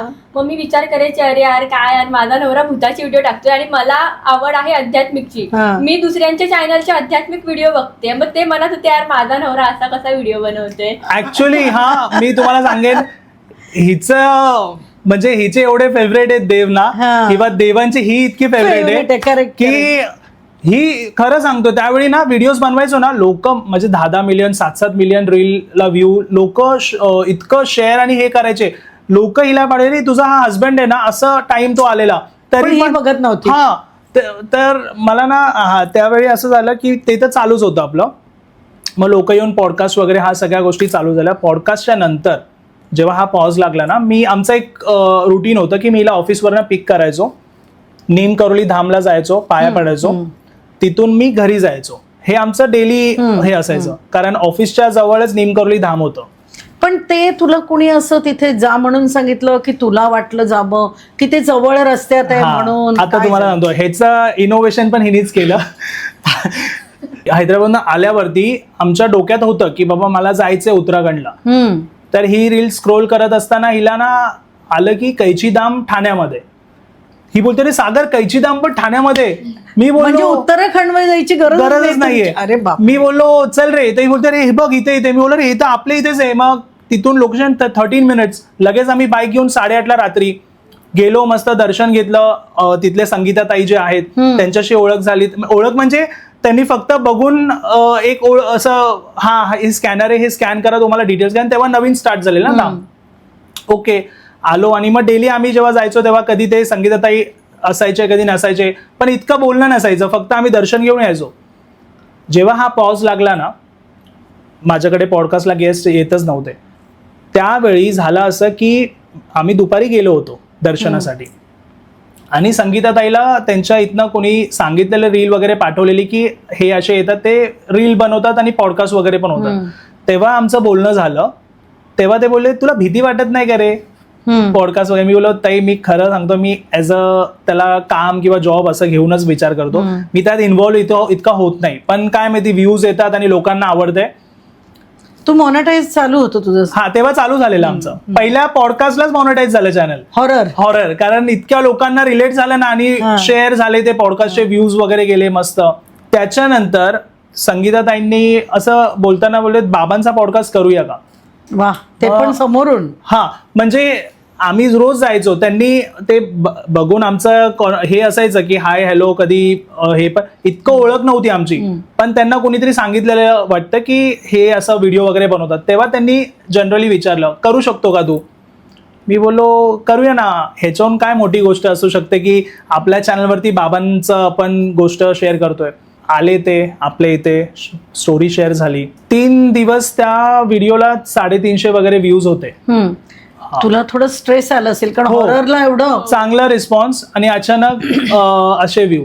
आणि मी सांगितलं तेव्हा माझा तो जॉब वर्क फ्रॉम होम होता, आणि मी जेव्हा आध्यात्मिक चालू केलं तेव्हा मी जॉब सोडलेला. तेव्हा माझं वर्क फ्रॉम होम चालू होतं, जेव्हा माझा हॉररचा कॉन्टेंट चालायचं. तर काम करता करताना फोटो होता बाबांचा. 2.5 दिवस होऊन गेले, 3 दिवस अपलोड करून. मी बाबांना बोललो, बाबा मला माहिती आहे खूप मोठी चुकी झाली, एकदमच हॉररचं चॅनल आहे आणि मी तुमचा व्हिडिओ असा टाकलाय, पण माझी अशी इच्छा आहे, जसं मला पण उत्तराखंडला यायला नाही मिळत, मी इथे आल्यावरती मला खूप बरं वाटतं. लाखो लोकांची तशी इच्छा आहे की तुमचं येऊन दर्शन घ्यावं. ऍटलिस्ट त्या लोकांपर्यंत हा व्हिडिओ पोहोचवा. बाकी नाही गेला तरी चालेल, मी नेक्स्ट पासून परत हॉरर टाकायला चालू करेन, आध्यात्मिक नाही टाकणार. मला असं वाटलेलं, मी ह्या अँगलनी विचार करत होतो. त्याच्या दुसऱ्या दिवशीपासून तो व्हिडिओ जो अप झाला तो नंतर 50,000ला गेला. 50,000ला. आणि तिथे खूप लोकांना माहिती पडलं, खूप लोक त्या मंदिरात पण, म्हणजे आपण म्हणतो ना फर्स्ट पॉडकास्ट होता तो, आणि लोकांना माहिती पडलं, खूप लोक जायला लागली. आणि इतकं बरं वाटलं मला पण त्यानंतर की लोकांना माहिती पडलं. एक आपण म्हणतो ना मीडियम किंवा करेक्ट एक तो वे मिळाला तिकडे जायला उत्तराखंड पेक्षा. कारण मला जितकं माहिती आहे, मला नाही वाटत की मुंबईत दुसरीकडे कुठेही हे मंदिर आहे. तुला माहिती आहे मुंबईमध्ये तर नाही, मुंबईत नाहीये. नीम करोली बाबा ह्यांचं मंदिर फक्त ठाण्यात आहे. पण तुम्हाला सांगू, फक्त ते मंदिर नाहीये, तिथे जी एनर्जी आहे ना मॅम, बाबांना आता पण ते मंदिर शिफ्ट झाले आहे दुसरीकडे. त्यांच्या आता पण मी जातो ना, मूर्तीला बघून ना असं वाटेल बाबा बसलेत. तो फील येणार तुम्हाला, ती एनर्जी तिथून आल्यावरती ना माणूस पॉझिटिव्ह होणार, माइंडच चेंज होतो. हा तुझा अनुभव तूच मला दिलायस. कारण मला मागच्या वेळेला जेव्हा आम्ही भेटलो तो सागर मला तिथे घेऊन गेला, आणि म्हणजे एका बाजूला ना असं थोडं रागात असलेल्या बाबांचा फोटो आणि एका बाजूला एकदम स्माइल करणारा फोटो आहे. म्हणजे असं वाटतं तू चुकलास ना, मैं हूं, आणि तू जर बरोबर असेल ना तो भी मैं हूं. ही एनर्जी मी घेतलीये तिथे सागर, आणि थँक्यू सो मच की तू ते तिथे मला घेऊन गेलास. आता मला एक गोष्ट इथं आणखीन सांग, ही तुझी अर्धांगिनी चैताली, हिने तर असं काही मॅनिफेस्टेशन वगैरे नाही ना केलं, हे हॉरर नको आहे, बंद. मॅनिफेस्टेशन हे आपण आता विचार करतो की ही गोष्ट मॅनिफेस्टेशन आहे किंवा करतोय आपण, पण ही ऑटोमॅटिक चालूच असते ना. हिचं जे म्हणणं होतं की माझ्या म्हणजे हस्बंडनी कुठलं वेगळंच हे करावं स्पिरिच्युअल टाईपमध्ये, ते ऑटोमॅटिक. आणि त्याच्यानंतर तुम्हाला सांगतो ऍक्च्युअल मॅजिक झालं ना त्या पॉडकास्ट नंतर, जेव्हा तो अप गेला त्याच्यानंतर ऑटोमॅटिक स्वामी समर्थ महाराजांचा व्हिडिओ लोक समोर की माझ्याकडे हा अनुभव आहे दादा, दत्त महाराज, म्हणजे लोक तुझ्याकडे ऑटोमॅटिक मॅम त्या व्हिडिओ फुल स्टॉप दिला तर इथं कंटिन्यू चालू. म्हणजे त्या व्हिडिओ नंतर आपल्याकडे विजया मॅम करून पण एक यायचे आई, त्यांनी मला सांगितलं की सागर तू आता एक काम कर, मला दिसतंय की तू पूर्ण स्पिरिच्युअलच चालू कर, कारण की नेगेटिव्ह शक्ती नको बोलवू. मग मला ना तो डिफरन्स कळला, आणि मी बोललो का मग मी नेगेटिव्ह शक्तीचा सपोर्ट घेऊ. सपोर्ट म्हणजे तेच की चॅनल जर चाललंय चांगलं तर मी पूर्णच स्टॉप करतो, नकोच ते. माझ्याकडे आता पण किती मेसेजेस असतात ते हॉरर व्हिडिओज बघून की सागर मी हॉरर व्हिडिओज सांगू, हे आहे माझ्याकडे स्टोरी. नको बाबा, आपल्याकडे जी शक्ती आहे ती आपण मेंटेन ठेवू, आणि त्या गोष्टीचं जास्त लोकांना सांगू की ही तुम्ही जर अशी भक्ती केला किंवा हे केलं तर तुम्हाला लाईफमध्ये कसे अनुभव येतील किंवा तुमची लाईफ कशी चेंज होईल. कारण ना व्हायब्रेशन्स, तरंग हे विचारांचे असतात, तरंग हे बोलण्याचे असतात. आणि हॉररचा पॉडकास्ट म्हणजे बोलणं, तू जिवंत करतोयस त्या सगळ्या गोष्टी, आणि त्याचे तरंग कुठे ना कुठे. आणि जी लोक ह्या आध्यात्मिकतेच्या मार्गावर जे असतात ना, त्यांना खरंच हे सहन होत नाही, आणि वास्तू तथास्तू म्हणत असते सगळ्या गोष्टींना. त्यामुळे परत हिने ते आध्यात्मिकता ओढून आणली, आणि नीम करोली बाबा, स्वामी समर्थ आजोबा, कारण माझा नातू आहे छोटासा म्हणून मी आजोबा म्हणते त्यांना. तर हे सगळे आपल्याकडे येत आहेत, आणि साईबाबा तर कधीच कोणाला सोडत नाही. सागरला सुद्धा कोणीही सोडलेलं नाहीये, प्रत्येक जण येऊन त्याला घट्ट पकडतंय. हीच एकटी देवाची लाडकी नाही, तर हा सुद्धा देवाचा लाडका आहे. मग सागर, आपण मुख्य आज का भेटतोय किंवा आपलं का शूट आहे की अनेक तरुण मुलं आहेत ना चैताली, आजकाल काय होतं की पॉडकास्ट करावा म्हणून पुढे येतात. कारण काही लोकांना व्लॉगिंग नको असतं की हजबंड वाईफ नाचावं, आणि ते इझी पण आहे, पण नाही आवडत. अनेकांची फॅमिली सांगते की नाही असं नाही करायचं, किंवा व्लॉगिंग करताना खाली जे कमेंट्स असतात ना ते सहन करण्याची ताकद असते लोकांच्यात. आणि मग हा खरंच एक पॉडकास्ट, हा खरं उत्तम मार्ग आहे की जिथे तुम्ही अनेक लोक जी लपलेली आहे, डायमंड्स म्हणेन मी ह्यांना, की जे लपलेले आहेत, ज्यांच्याकडे खूप नॉलेज आहे, विचार आहेत, लोकांना काहीतरी वेगळ्या मार्गावर नेण्याची ताकद आहे, तर त्यांना अशा गप्पा टप्पांच्या कार्यक्रमात बोलवावं. अशी अनेक मुलं असतात. पण आहे ना, हा पॉडकास्ट करताना मार्ग काटेरी आहे. जी ग्लोरी दिसते ना ती, म्हणजे ह्याची किती वेळा रात्रीची झोप उडाली असेल ना, हे तुम्ही कल्पना नाही करू शकत. तर सागर, खूप म्हणजे बघ, तू सुरुवातीला तुझी लाईफस्टाईल तर सांगितली की किती जर्नी कठीण होती, पण या पॉडकास्टच्या जर्नीमध्ये तुला काय काय त्रास झाला? तू तर अशा वेळेला चालू केलं की लोकांना खूप असं ॲक्सेप्टन्स नव्हता, हां. तर असे काही तुला अनुभव आले का? Yes, 100% ma'am. त्यात चॅलेंजेस तर येणारच. आता ज्यांच्या मनामध्ये विचार असे आहेत की मला पॉडकास्ट स्टार्ट करायचं आहे, सगळ्यात पहिले इथून सुरुवात हो होते. हो हो. अरे ह्याला सेटअप लागेल, ह्याला स्टुडिओ लागेल, ह्याला मला म्हणजे प्रॉपर हे इतकी इन्व्हेस्टमेंट लागेल. ही सगळी गोष्ट तुम्ही बंद करा.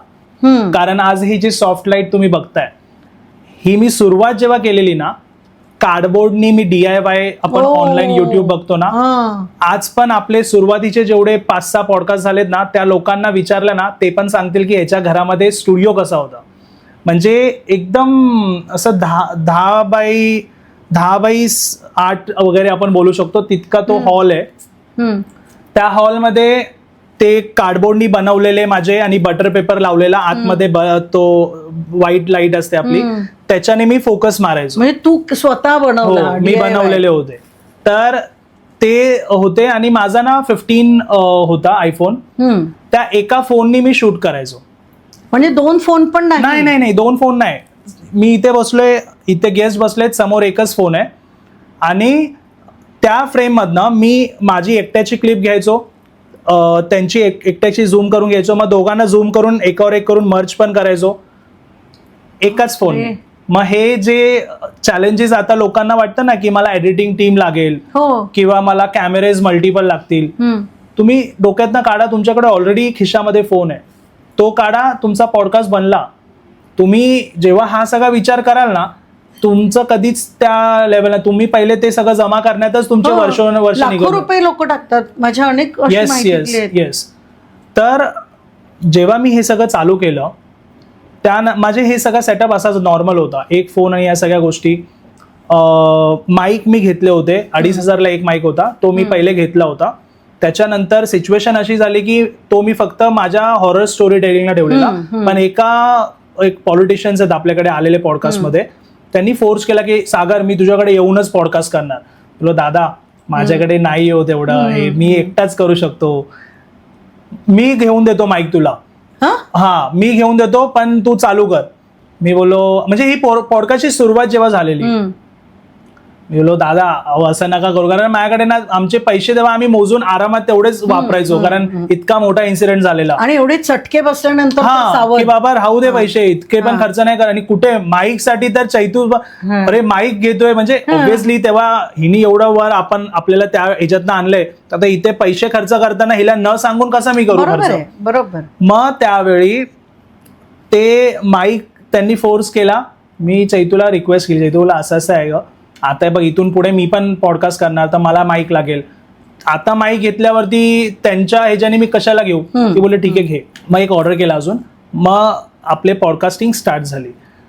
तर पॉडकास्ट चालू असताना ना, इथे आता जे आपण जिथे शूट करतो इथे शांतता आहे, ह्या फ्लोअरवर काहीच आवाज नाहीये.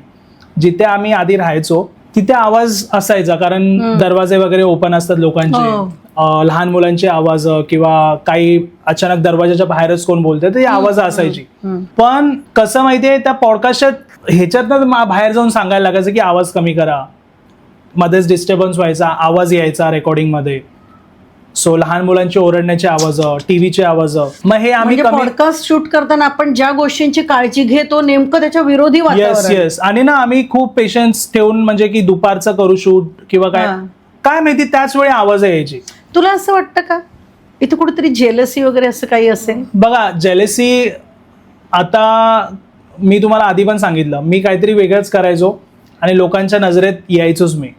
तेव्हा लोकांना वाटायचंच की हे असं काय, हे असं कसं काय वेगळंच करतो. आणि पण घराला नोटीस लागलेली तेव्हा आनंद झालेला ना, मी बोललो तुम्हाला, तर तेव्हा मजे घेतले लोकांनी. आता इथे काय झालं, एकमेकांच्या म्हणजे मी ज्या फ्लोअरवर राहायचो तिथे पण असे इश्यूज व्हायचे की अरे हा काय मला पैसे देणार आहे का. म्हणजे आपल्याला कळतच ना लोकांकडनं, अरे हा मला पैसे देणार आहे का, हा ह्याचा पॉडकास्ट चालू असताना आम्ही आवाज का कमी करायची. इथून सुरुवात होती. पण जर कोण व्यक्ती नॉर्मल एरियामध्ये पण राहून हे पॉडकास्टचा विचार करत असतील ना, त्यांनी करावा. आणि सपोर्ट सगळ्यांनी केलाच पाहिजे. 100%. आणि मराठी माणसांनो प्लीज हे लक्षात घ्या की आपलीच मुलं, आपल्यातलंच कोणीतरी पुढे जाते. आपण ते जैन लोकांना सारखं नावं ठेवतो ना, मी त्याबद्दल काही बोलत नाही, पण मी ह्याबद्दल नक्की बोलेन की ते त्यांच्या कम्युनिटीच्या सपोर्टसाठी नेहमी असतात. एक जैनला जर प्रॉब्लेम झाला ना तर 10 जैन उभे राहतात. मग एक सागर पवार जर अशा ठिकाणी उभा राहायला जर ट्राय करतो ना, तर तुम्ही सगळ्यांनी मिळून सपोर्ट केला पाहिजे, कारण त्याच्यामुळे कदाचित तुमचा मुलगा सुद्धा चांगल्या मार्गावर जाऊ शकतो. बरोबर आहे. त्यावेळी ती सिच्युएशन आली मॅम, आणि सुरुवातीला सपोर्ट दाखवला लोकांनी, पण नंतर जसं कळलं ना की नाही, यातून हा दुसरीकडेच चाललाय. पैसा येतो त्यांना म्हटल्यावर आधी वाटलं की फुकट करतो, ह्याला पैसे येत नाही, तेव्हा सपोर्ट आम्हाला होता, आम्ही फुकट करत होतो, पैसे जसं कळलं येत पैसे येत आहेत किंवा युट्यूब मधनं काही मी कमवतोय, मग पैशांच्या मग आलं कानावर की अरे हा आम्हाला पैसे द्या. मग आवाज वाढायचा पण कधी मध्येच पॉडकास्टच्या मध्ये. मग आम्ही खूप पेशन्स ठेवून एकदा लिटरली हिला माहिती भांडणांवरती पण की मी रागवून असं दरवाजा खोलून की बाबा बोलू काय, पण हिने पण हे सगळं तुझ्याकडे गेस्ट असताना आवाज वगैरे म्हणजे हो. तुला किती फेस करावं लागत असं नाही, आपल्याला. हे होतं त्यावेळी, म्हणून आम्ही ती स्टेप घेतली की तिथून निघून आपण दुसरीकडे जाऊ. मग तो टाइम काढला आम्ही, आणि ऑब्व्हियसली देवानी इतकं त्यावेळी आम्हाला सपोर्ट केलं की त्यांनी दाखवलं की बाबा तुझ्याकडे पैसे उरणार आणि इतके इतके उरणार, हे कॅल्क्युलेशन तुझं सिम्पल असणार आहे, तिथे गेल्यावरती पण तुला काही प्रॉब्लेम येणार नाही. त्यांनी प्रॉपर काळजी घेतली. जे अमाऊंट बघून आम्ही बोलू शकतो ठीक आहे, आपण गेलो तरी काही जरी वर खाली झालं तरी आपण 1 वर्ष हे करू. मग तिथून आम्ही इथे आलो, आणि इथे आल्यावरती तुम्हाला दिसते इथे किती शांतता आहे. पण त्या गेल्या वर्षी आपण आलो, राईट? 1 वर्ष, 1 वर्ष इथे झालं आम्हाला. 1 वर्षामध्ये इथे आल्यावर तुम्हाला सांगतोय, तिथे महिन्याला 4 पॉडकास्ट मी अपलोड करायचो, इथे आल्यावर मी 12 पॉडकास्ट महिन्याला अपलोड करतो. बापरे, म्हणजे तू घर बदललंस. हे तुझ्यासाठी पर्वणीच झाली म्हणायची. येस. आणि एक प्रॉपर सेटअप तुला हो. मिळाला की जेणेकरून तू ग्रो होऊ शकतो शांतपणे. कारण पॉडकास्ट घेणं जरी गप्पा टप्पा म्हटलं ना तरी इझी नसतं. कारण जो घेतो त्यालाच माहिती आहे की कुठे थांबायचंय, कुठे पकडायचंय, काय विचारायचं.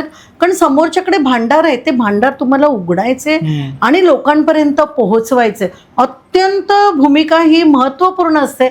सागर, मराठी फॅमिली, महाराष्ट्रीयन फॅमिलीज आपण वेगवेगळ्या प्रकारात मोडतो. म्हणजे higher class, upper higher class, lower class, आणखीन lower class, middle class, higher middle class, अशा अनेक गोष्टींमध्ये आपण मोडतो. आयुष्याला जर वेगळं वळण द्यायचंय आणि आयुष्याला जर थोडं अपलिफ्ट करायचंय, तर तुला वाटतं का हा मार्ग चांगला आहे, लोकांनी हा स्वीकारावा का?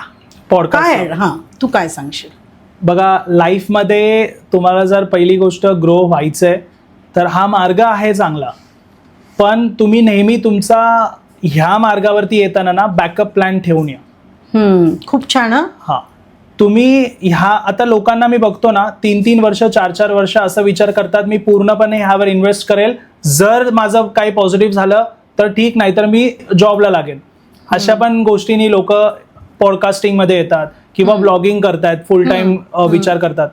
प्रॉब्लेम इथे काय होतो ना, ते 3-4 वर्ष आहेत ना, ऍक्च्युली कुठेतरी माइंडमध्ये नेगेटिव्हिटी जास्त क्रिएट होत जाते. कारण 5 महिने 6 महिने व्ह्यू नाही आले, वर्षभर व्ह्यू नाही आले, एक ॲव्हरेज व्ह्यूज येतात ज्याच्यामध्ये तुम्ही 5,000 पण नाही कमवू शकत आहे. सो तिथे तुमच्या नेगेटिव्हिटीनी आहे ना तुम्हाला स्वतःलाच तुम्ही खचून जाणार. पण जर साईडला तुमच्या अकाउंटमध्ये पैसे जॉबचे येत आहेत ना, तर तुम्ही इथे रिलॅक्स होऊन ब्लॉगिंग किंवा पॉडकास्टिंग करू शकता. त्या टायमात जसं मी केलं होतं की सुरुवातीला मी टायमिंग त्यांचे मॉर्निंग 3-4 पर्यंतच द्यायचो. मी लोकांना सांगायचो की 4च्या आधीच येऊन जावा, म्हणजे मला जॉबला जायला लागतं. मी हे बोलायचो लोकांना आधी की माझं ऑफिस असतं संध्याकाळी. म्हणजे तू ट्रान्सपरंट राहिलास. ट्रान्सपरंटच राहावं लागणार तुम्हाला. क्लिअरली बोला ना, का नाही. बघा, लोकांना पण अनुभव शेअर करायचे किंवा तुम्ही जे काही चॅनल चालू कराल लोकांना येऊन शेअर करायचं, तर ते पण ऍडजस्ट करणार समोरून. एक टाइम येईल ना जिथे एका दिवसात 2-2 पॉडकास्ट होतील, तेव्हा समजू शकतो. तो सिच्युएशन जेव्हा ती माझी झाली तेव्हा मला तो कॉल घ्यावा लागला की नाही आता आपण करूया. पण तुम्ही सुरुवातीला ना डायरेक्टली असं ब्लंटली तुम्ही जाऊ नका की नाही मी करणार, वर्षामध्ये झालं तर ठीक, नाही तो जॉबला. का तुम्ही तो वर्ष वेस्ट करताय? होऊ शकतं तुमची ग्रोथ जॉबमध्ये असेल, होऊ शकतं तुमची ग्रोथ पॉडकास्टिंग मध्ये. तुम्ही दोघांना तेवढा टाइम देऊन मॅनेज करा. आणि 1-2 वर्षाचा स्ट्रगल असतो. 1-2 वर्ष मी फक्त 5 तास झोपलो असेल, तो 1-1.5 वर्ष जो टाइम होता, थोडं मित्रांबरोबर कमी जावा बाहेर. सॅटर्डे संडे स्पेशली त्या गोष्टींसाठी इन्व्हेस्ट करा.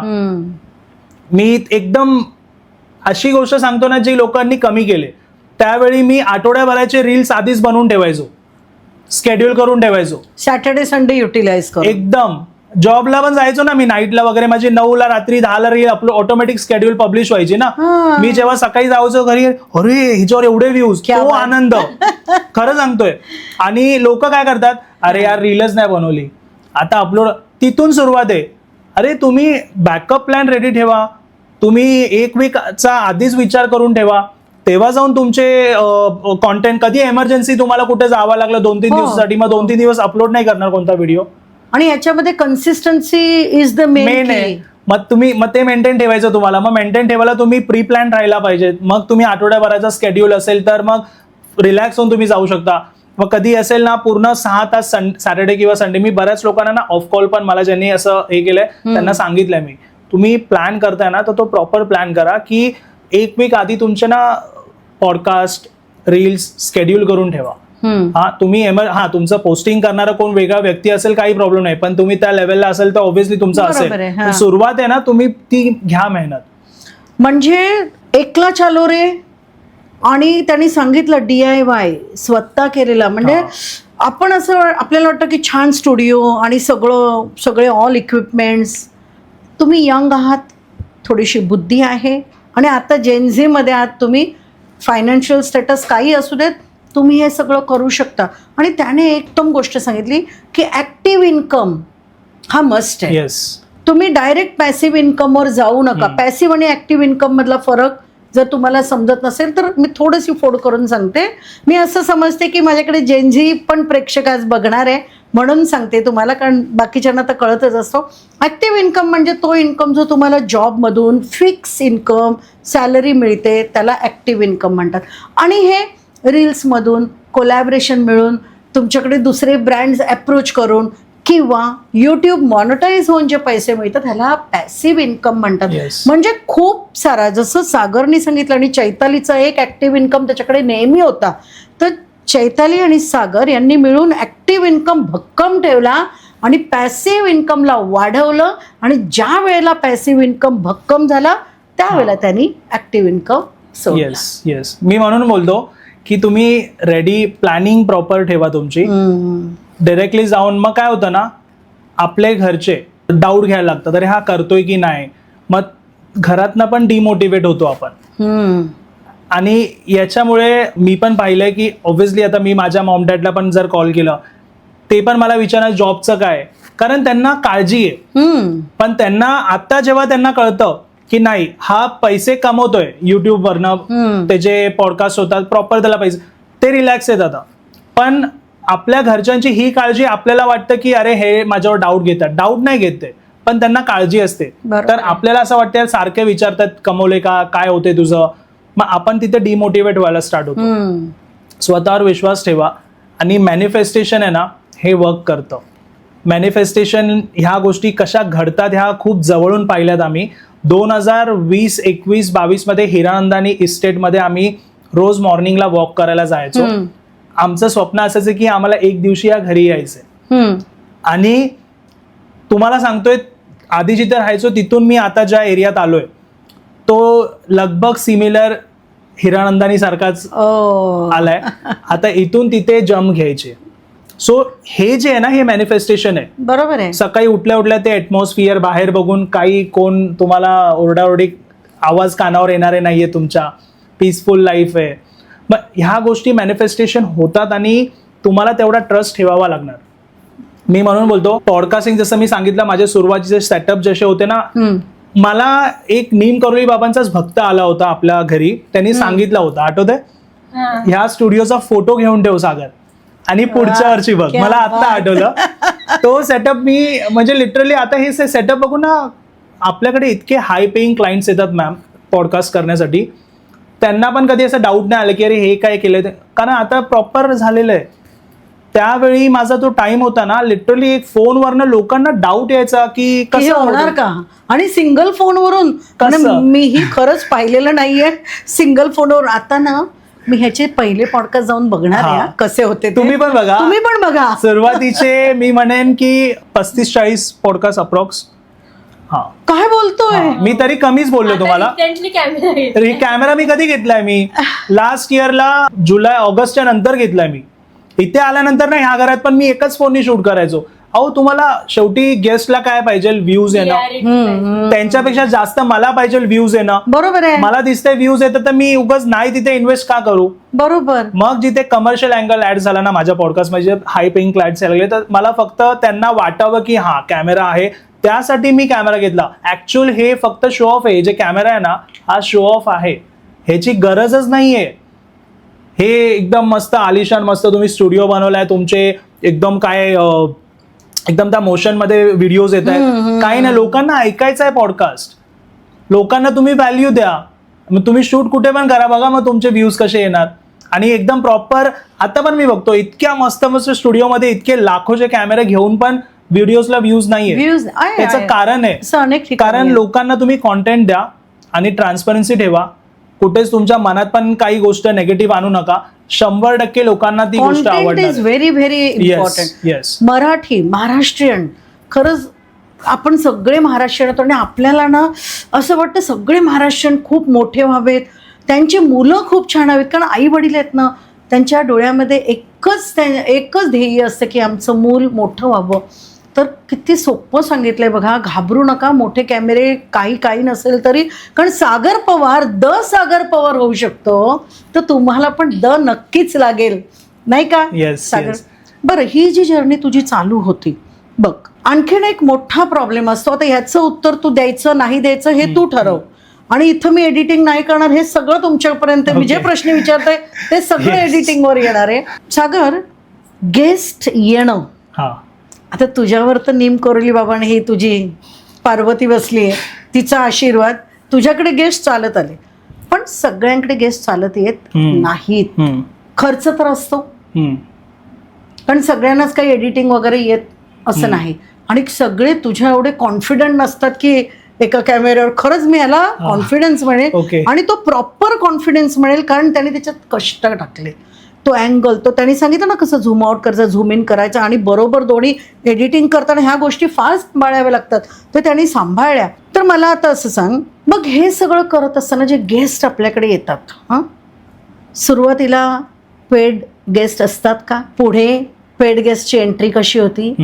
अप्रोच कसा करायचा? कारण ना जर आपण हे सांगितलं नाही ना सागर, बरोबर आहे, तर ना बिचारी आपल्यावर अवलंबून आपला पॉडकास्ट बघून आणि सागरची जर्नी इनकम्प्लीट राहील. कारण तुम्हाला सागरने मला सांगितलंच होतं विचारा काही प्रश्न, कारण त्याच्या आजच्या ह्या पॉडकास्टच्या मागे हेतूच आहे की तुम्हाला प्रॉपर दिशा मिळालीच पाहिजे आणि तुम्ही पुढे गेलाच पाहिजे.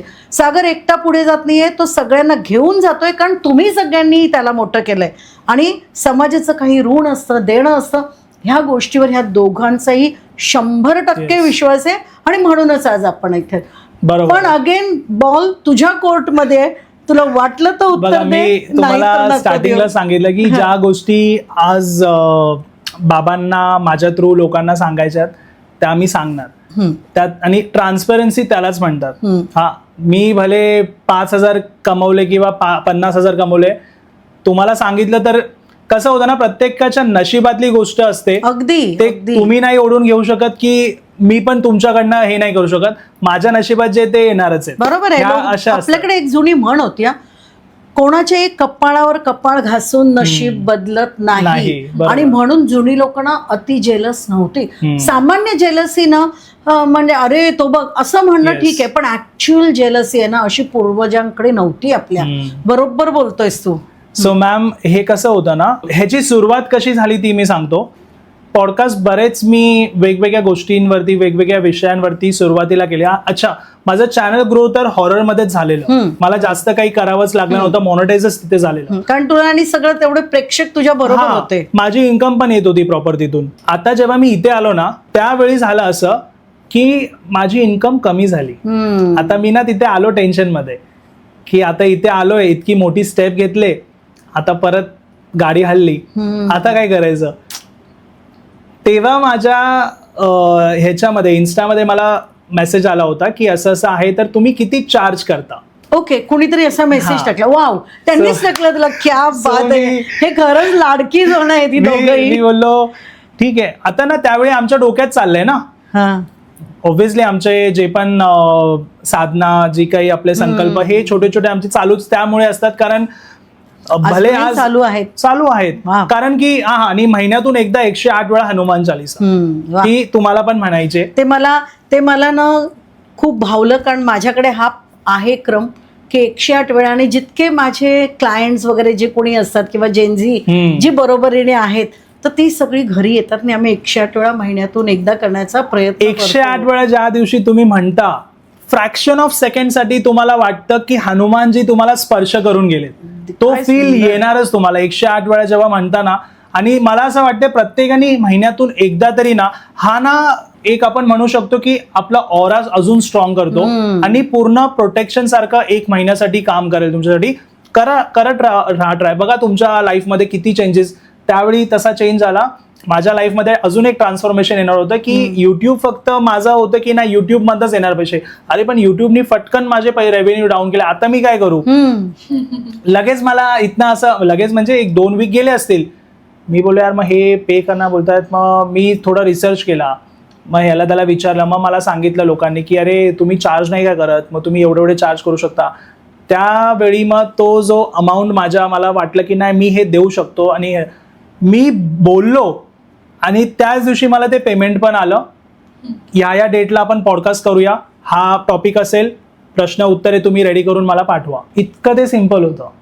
आता मी ह्यात तुम्हाला काय सांगू की मी कशी R&D केली किंवा मी गेस्ट कसे, काहीच नव्हतं. तो माझा डाऊनफॉल होणार होता त्या महिन्यात, देवाने मला अप केलं त्या पॉडकास्टच्या पैशांनी. लेवल झाली, माझा तो महिना मस्त बनला. आता तसं मग अजून ऑटोमॅटिक समोरनं ते गेस्ट आल्यानंतर त्यांचा जेव्हा पॉडकास्ट गेला, लोकांनी बघितलं अरे असं, मग मी समोरनं माझी पॅम्पलेट पाठवले की एवढे पेमेंट आहे, त्यांनी पण पेमेंट केले. मग हे चालू राहिलं. नंतर मग मी काही ह्या गोष्टीमध्ये लक्ष नाही दिलं. एक सांगतो, पण आपल्या चॅनलवर आता पण श्री स्वामी समर्थ महाराज, दत्त महाराज, हनुमानजी, गणपती बाप्पा, कोणत्याही देवींचे पॉडकास्ट आता पण मी फ्री करतो. अनुभव जे काही अनुभव असतील तुमचे, म्हणजे आतापर्यंत आपल्या होऊ शकते हा पॉडकास्ट पण आपल्या सबस्क्रायबर जे आपले आहेत ते बघत असतील, त्यांनी आतापर्यंत माझे स्वामी समर्थांचे अनुभव वगैरे आपल्या पॉडकास्टवरती ऐकले असतील. सो ते अनुभव मी फ्रीमध्ये आता पण करतो. त्याचे जे काही एडिटिंग असेल काही, मी त्या सगळ्या गोष्टीकडे लक्ष नाही देत. पण माझं असं असतं की माझे महिन्याला 4 तरी पॉडकास्ट आध्यात्मिक जायलाच पाहिजेत. ह्याला ना संकीर्तन म्हणतात. संकीर्तन म्हणजे नुसतंच, म्हणजे बघा त्याचं किती, मला त्याचं सगळं ओव्हरऑल जर बघायचं झालं, तो कन्सिस्टंट आहे, ती कन्सिस्टंट आहे. ह्यांचे संकल्प होतात. हे 108 वेळा महिन्यातून एकदा तरी हनुमान चालीसा म्हणतात. दर शनिवारी 7 वाजता ह्यांच्या घरी आरती होते, राईट. येस. आणि ही ह्यांनी चुकवलेली नाही, कारण आध्यात्मिक शक्ती आहे ना, हे तुमचा ऑरा इतका क्लीन्स करते. आणि कम मे वॉट, काहीही संकट येऊ देत, तो ऑरा आहे ना तुम्हाला इतका जबरदस्त बनवतो. त्यांनी त्या ऑराने ह्यांना भारलेलं आहे. आणि दुसरी गोष्ट, संकीर्तन म्हणजे सेवा, सत्संग म्हणजे सेवा. आता ही तरुण मुलं आहेत दोघंही, तर त्यांनी कसा केला आहे बघा की ह्या गोष्टींचे चार्जेस आम्ही घेणार नाही, कारण पैशात ते तोललंच जाऊ शकत नाही. बरोबर आहे. का रे तुमच्यावरती आशीर्वाद राहणार नाही. मी मला बघा आता पण अंगावर काटे येत आहेत. मी म्हणजे तुम्हाला सांगतोय ना, जे काही लाईफमध्ये त्यांनी दिलंय, मी तो टाइम बघून आलोय की मी मगाशी सांगितलं माझ्याकडे दूध आणायला आम्हाला पैसे नव्हते आमच्याकडे. सो त्या टाइममधनं आज जर मी ह्या स्टेजला आलोय, आज मी गाडी घेतली, बाईक कार त्यांच्याच कृपेने आली, म्हणजे इतकं मी करू शकलोय. तर हे फक्त माझ्या साईडनी एक सोशल काम, आपण जसं म्हणतो सोशल वर्क करतात, तसं ह्या मीडियममधनं, सोशल मीडियामधनं मी लोकांपर्यंत त्या गोष्टी पोहोचवू शकतो. आणि मी म्हणून नेहमी सगळ्यांना सांगत असतो की आपल्या पॉडकास्ट चॅनलवरती स्वामींचे अनुभव कुणाकडे असतील, तुम्ही येऊन नक्की सांगू शकता. ते म्हणजे अजून लोकांना माहिती पडेल. त्यांच्या थ्रू पण शेवटी तेच होतं. आज मी तुमच्या चॅनल थ्रू सांगतोय लोकांना माझा अनुभव, हनुमानजी, स्वामी समर्थ हे माझ्या लाईफमध्ये कसे आले, चेंज काय केला. पण लोक आपल्या चॅनलवरती पण येऊन जेव्हा सांगतात, मी पण त्यावेळी हलून जातो की कसा टाइम होता, कसा त्यांचा तो टाइम त्यांनी फेस केला. मी मग माझ्या स्वतःला पण रिलेट करतो. आणि ना माझा एक आहे, माझा तो नेगेटिव्ह पॉईंट असू शकतो, ज्यावेळी तो अनुभव चालू होता ना मी शांत होऊन जातो, फ्रीज. कारण ना तो टाइम जो मी बघितलाय ना, मला असं वाटतं यार जर माझ्यासोबत असं झालं आणि इतकं हे झालं तर समोरच्या माणसाच्या मनात काय चालू असेल, तो टाइम त्यांनी काढला कसा असेल. माझ्या तोंडातनं प्रश्नच निघत नाही. आणि लोक असं म्हणत पण असतील रे काय पॉडकास्ट घेतोय हा तर शांतच बसवले. पण माझा ऍक्च्युली तेव्हा आवाजच नाही निघत. बाकी जे पॉडकास्ट असतात तेव्हा मला काही नाही, ऑब्व्हियसली मला माहिती आहे या गोष्टी करायच्यात, मी करतो. पण अनुभवच्या वेळी आहे ना मी स्वतः शॉकिंगमध्ये असतो की कसं टाइम असेल तो. मला ना अगदी रिलेट करते ही गोष्ट, कारण हा ज्या वेळेला बोलला ना की आम्ही दुधासाठी पैसे असे मला ना ही दोघं जण असं छोटंसं घर आणि बिचारे इकडून तिकडे, आणि तो 10 रुपये सुद्धा आल्यावर चेहऱ्यावरचा जो आनंद, चेहरा आणि मनातला आनंद ना, तो मला अक्षरशः असं वाटत होतं हा सांगत असताना ही दोघं माझ्या समोर करतायत ते. त्यामुळे बरोबर त्याला तो त्या झोनमध्ये जातो आणि त्या झोनमध्ये आहे ना भक्तीत माणूस रममाण होतो. हे एक वेगळंच आहे. म्हणजे तुम्हाला ना आत्ता ह्या कलियुगामध्ये आध्यात्मिक बनण्यासाठी कोणत्याही जंगलामध्ये जाऊन राहायची गरज नाहीये. तुमचं जे आयुष्य आहे ना ह्याच्यात सुद्धा तुम्ही, कारण अत्यंत सोपं करून ठेवलंय देवाने आपल्यासाठी, फक्त घेता येत नाहीये. आपण आहे ना सगळ्या ठिकाणी पैसा शोधतो. पैसा शोधण्याची गोष्टच नाहीये, पैसा ही येण्याची गोष्ट आहे, ती ऑटोमॅटिकली येते. आणि हा युनिवर्स हे ब्रह्मांड आहे ना, बरोबर, तुम्हाला सगळं द्यायला बसलेलं आहे. Change your mindset. Yes yes. हा त्या माइंडसेट त्यांनी कम्प्लीट चेंज केले. आणि परत परत मी पालकांना सांगते की ज्यांची मुलं ह्याच्यामध्ये प्रयत्न करतायत, नजर नक्की ठेवा. कारण tension as a parents tension वाटतं, परंतु ना पाय ओढू नका. नको रे करू, आपण काय आपलं काम आहे का? हो आपलंच काम आहे. नोकरी करा. हे काय धंदा वगैरे, आपण काय गुजराती मारवाडी आहे का? अरे नाही, आपण महाराष्ट्रीयन आहोत. जे छत्रपती शिवाजी महाराज अटकेपर्यंत जाऊन पोहोचले, कोणताही एखादा राजा मला दाखवा जो छत्रपती शिवाजी महाराजांसारखा पोहोचलाय. फक्त आपले महाराज पोहोचले. आपल्यात काय कमी आहे? आपण काहीही करू शकतो. आणि जर सागर पवार आणि चैताली पवार जर हे करू शकतात, एकमेकांना सपोर्ट देऊ शकतात, एकमेकांची जीवन वाहिनी जर बनतात, आपण सगळे करू शकतो. बरोबर, 100%. आता एखादा नवीन माणूस ज्या वेळेला पॉडकास्टमध्ये येईल, नवीन मुलगा येईल, आणि हल्ली पॉडकास्टमध्ये कोणत्याही वयाची माणसं येतात आणि यावं. बरोबर. मी त्या दिवशी पाहिलं की जवळजवळ 70-75 वर्षाचे गृहस्थ होते आणि पॉडकास्ट घेत होते. मला इतकं आवडलं ना, कारण पॉडकास्ट हे तुमचं मानसिक गॅप जो असतो ना तोही भरून काढतो. पोकळी निर्माण होते रिटायरमेंट नंतर की आता काय करू मी. पैसा असतो पण पैसाच सगळं नाही, कारण तुम्ही मोठ्या पोझिशनवर असता, तुमच्या डोक्यामध्ये अनेक गोष्टी असतात, तुमचे अनुभव एवढे छान असतात. आणि मग अशा वेळेला तुम्हाला एक असं सील लागतं, यू आर रिटायर्ड. येस. पण मला वाटतं यू आर नॉट रिटायर्ड. बरोबर. अभी तो बहुत आगे है. ते म्हणतात ना आसमा बाकी आहे, अशी परिस्थिती असते. तर सागर, आता आणखीन पुन्हा ह्याच्याच वर येताना पॉडकास्ट जे आहे तो रिलीज करण्याचा काही स्टँडर्ड टाइम आहे का? अल्गोरिथम कसं बघायचं? आणि अशी कोणती वेळ आहे की सगळ्यांसाठी ती बेटर असू शकते की प्रत्येकाचं वेगळं असतं? जरा डिटेल बघा, प्रत्येकाचं हे वेगळं असतं, कॉन्टेंट वेगवेगळे असतात. आता तर युट्यूबने म्हणजे टाइम झाला या गोष्टीला, पण इझी करून ठेवलंय की तुम्हाला तुमचे स्वतःचे ऑडियन्स तुम्ही ओळखू शकता की कोणत्या वेळेत ऍक्टिव्ह आहे. तुमच्या अॅनालिटिक्समध्ये जे पॉडकास्टिंग किंवा व्हिडिओज ब्लॉगिंगच्या क्षेत्रात आहेत, अॅनालिटिक्समध्ये ना माहिती पडतं की माझा ऑडियन्समध्ये हो की कधी ऍक्टिव्ह जास्त आहे. सो ते ना कॅल्क्युलेशन करा 2-3 वीक मध्ये ना, कसं की कोणत्या वेळेत जास्त ऍक्टिव्ह आहे प्रत्येकाने करणं गरजेचं आहे. प्रत्येकाने त्या वेळेमध्ये रिलीज करायला स्टार्ट करा. इनिशियल स्टेजला तुम्हाला बुस्टिंग मिळेल ऑडियन्स सपोर्टमुळे, नंतर तो ऑटोमॅटिक बूस्ट होईल. सो तो टाइम महत्वाचा आहे. तुम्हाला तो टाइम ऑलरेडी युट्यूबच दाखवतोय. तर आपण काय करतो की नाही, काही लोक असतात जे ऍस्ट्रॉलॉजीच्या हिशोबाने नंबर असेल त्यांच्या हिशोबाने वर्क करत असेल तसा नंबर काढतात किंवा ठरवतात, होरा बघतात. हा तसा काही प्रॉब्लेम नाही. तुम्हाला जो टाइम तुम्हाला योग्य वाटतोय तो तुम्ही करू शकता. पण युट्यूब ऑलरेडी तुम्हाला तुमची ऑडियन्स कधी ऍक्टिव्ह आहे तेच दाखवतोय ना. त्याच्याहून अजून तुमच्याकडे नॉलेज ऑलरेडी दिलेलं आहे. तुम्ही फक्त ओपन करा ऍप्लिकेशन, अॅनालिटिक्स मध्ये बघा, त्याप्रमाणे तो टाइम घ्या. मी बोलणार 9 वाजता अपलोड करा तुम्ही व्हिडिओ. मी माझा पॉडकास्ट जर समजा 9ला अपलोड करतोय तर तुम्हाला सांगेन. आणि तुमचे प्रॉपर व्लॉगिंग आहे ते व्लॉगिंग बघणारे लोक 6 वाजता आहेत. तुम्ही 9 पासून 6 पर्यंत जे व्हिडिओ टाकलायत तो 9 तासाचा गॅप जो झालेला आहे, कितीतरी लोकांच्या स्क्रीनवर व्हिडिओ जाणार पण ते क्लिकच नाही करणार कारण त्यांचा ऑडियन्सच नाही तुमचे. बरोबर आहे. मग नका हे करू तुम्ही. हो, हे फार मेजर गोष्ट आहे. म्हणून तो प्रॉब्लेम आहे. तुम्ही तुमच्या अॅनालिटिक्स मध्येच बघा की कधी अपलोड करू शकतो मी.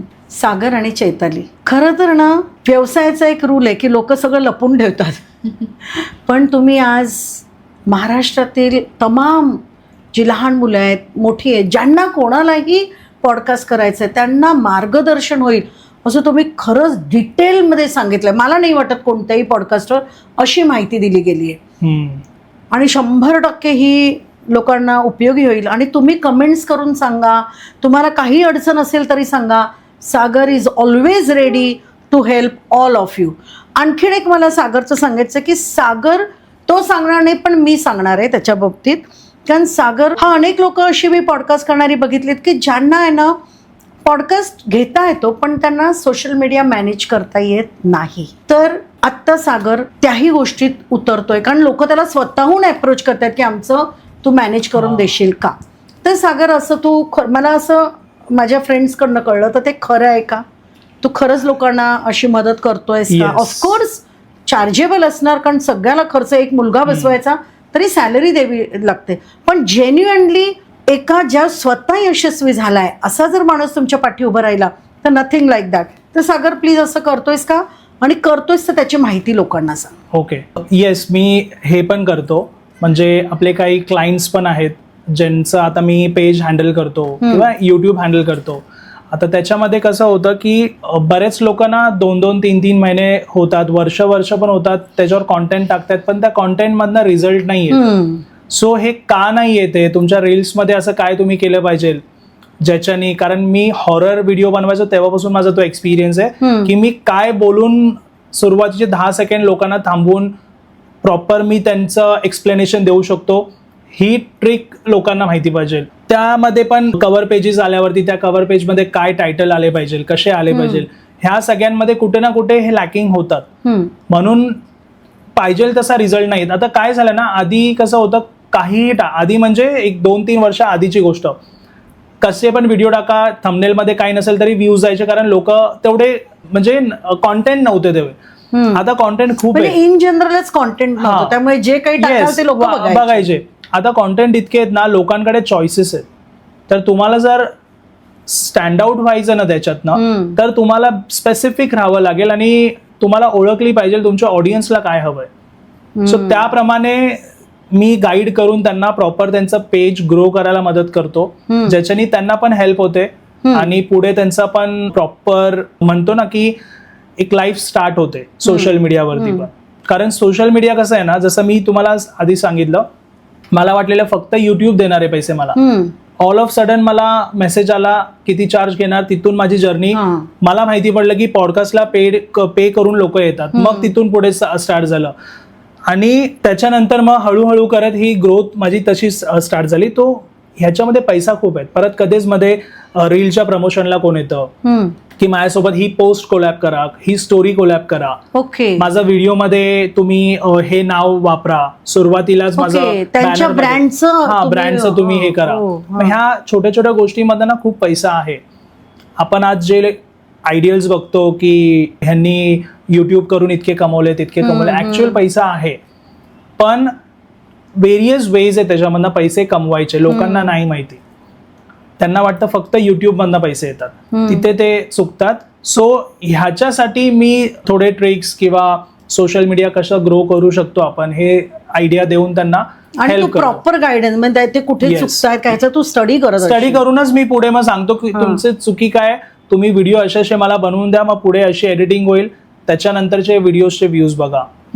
सो हे मार्गदर्शन जरा. मग असंही तू कधी करतो का? आता म्हणजे आता माझे एक ओळखीचे आहेत की ते ना एक एक दुसऱ्या एडिटरला देत जातात, त्यामुळे ना कन्सिस्टन्सी येत बरोबर नाही आहे. त्यांच्या एडिटिंग मध्ये. Yes. काहीतरी एखादा वेगळं करतो, मग आणखीन दुसरा येतो काहीतरी, तिसरा आणिच काहीतरी हो, चमत्कार बरोबर. करतो. मग अशा वेळेला तू एडिटिंग सुद्धा मदत करतोस का? येस, एडिटिंग मध्ये पण मदत करतो, कारण आपली टीम आहे प्रॉपर. एडिटिंग वगैरे मध्ये पण तुम्हाला कसे व्हिडिओज हवेत त्या स्पेसिफिक, म्हणजे एकच थीम मध्ये सगळे तुमचे व्हिडिओज राहतील. So Okay. त्याच्यामुळे तिथे पण आपण मदत करतो. बघा ना, म्हणजे मी तुम्हाला सांगितलं ना की हा पॉडकास्ट हा बनलायच फक्त तुमच्यासाठी, कारण सगळ्यांनी आलं पाहिजे.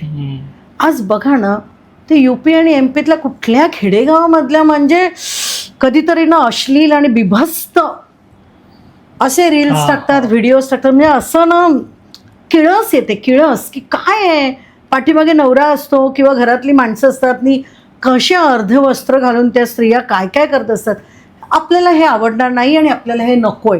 पण सोशल मीडियाचा जर चांगला उपयोग करायचा आहे तर मात्र तुम्ही अशा एक्सपर्टची मदत घ्यायला पाहिजे. कारण एडिटिंग असो, तुमचा गायडन्स असो, सुरुवात करायच्या अगोदर जरी तुम्ही याला अप्रोच केलात, his company can be a social media manager for you. Correct बोलते ना? बरोबर. तर त्याच्यामुळे द सागर पवार असं जे मी म्हटलंय ना, तर खरंच का द सागर पवार आहे, कारण त्यांनी सर्व अंगाने स्वतःला डेव्हलप केलेलं आहे. आणि कदाचित उद्या तुमच्या नावाच्या आधी सुद्धा द लागू शकतो. फक्त सरळ मार्गाने चला, नीट प्रॉपर खड्डे आहेत ते समजून घ्या आणि पुढे चला. त्यांनी काय काय गोष्टी अतिशय सुंदर सांगितलं की planning is very important. Without planning direct उडी मारू नका. Active income is important, passive income will follow you. म्हणजे ॲक्टिव्ह इन्कम म्हणजे जो फिक्स इन्कम आहे त्याच्यावरती लक्ष द्या. अचानक उडी मारू नका, कारण फार छान एक वाक्य त्यांनी सांगितलं की तुमच्या आईवडिलांना तुमची काळजी वाटू शकते आणि 101% ह्या जगातले जे जे कोणी माता आणि पिता आहेत त्या सगळ्यांना याच्याबद्दल त्या मुलांची काळजी वाटू शकते. सो खरंच सुंदर माहिती दिली आहे. अजून 2 मिनटं मी ह्याला ओढणारच आहे. हे तुमचं तू सांगायचं चैताली, लव्ह मॅरेज आहे की अरेंज मॅरेज आहे? Love marriage. वा, सो रबने बनाई जोडी.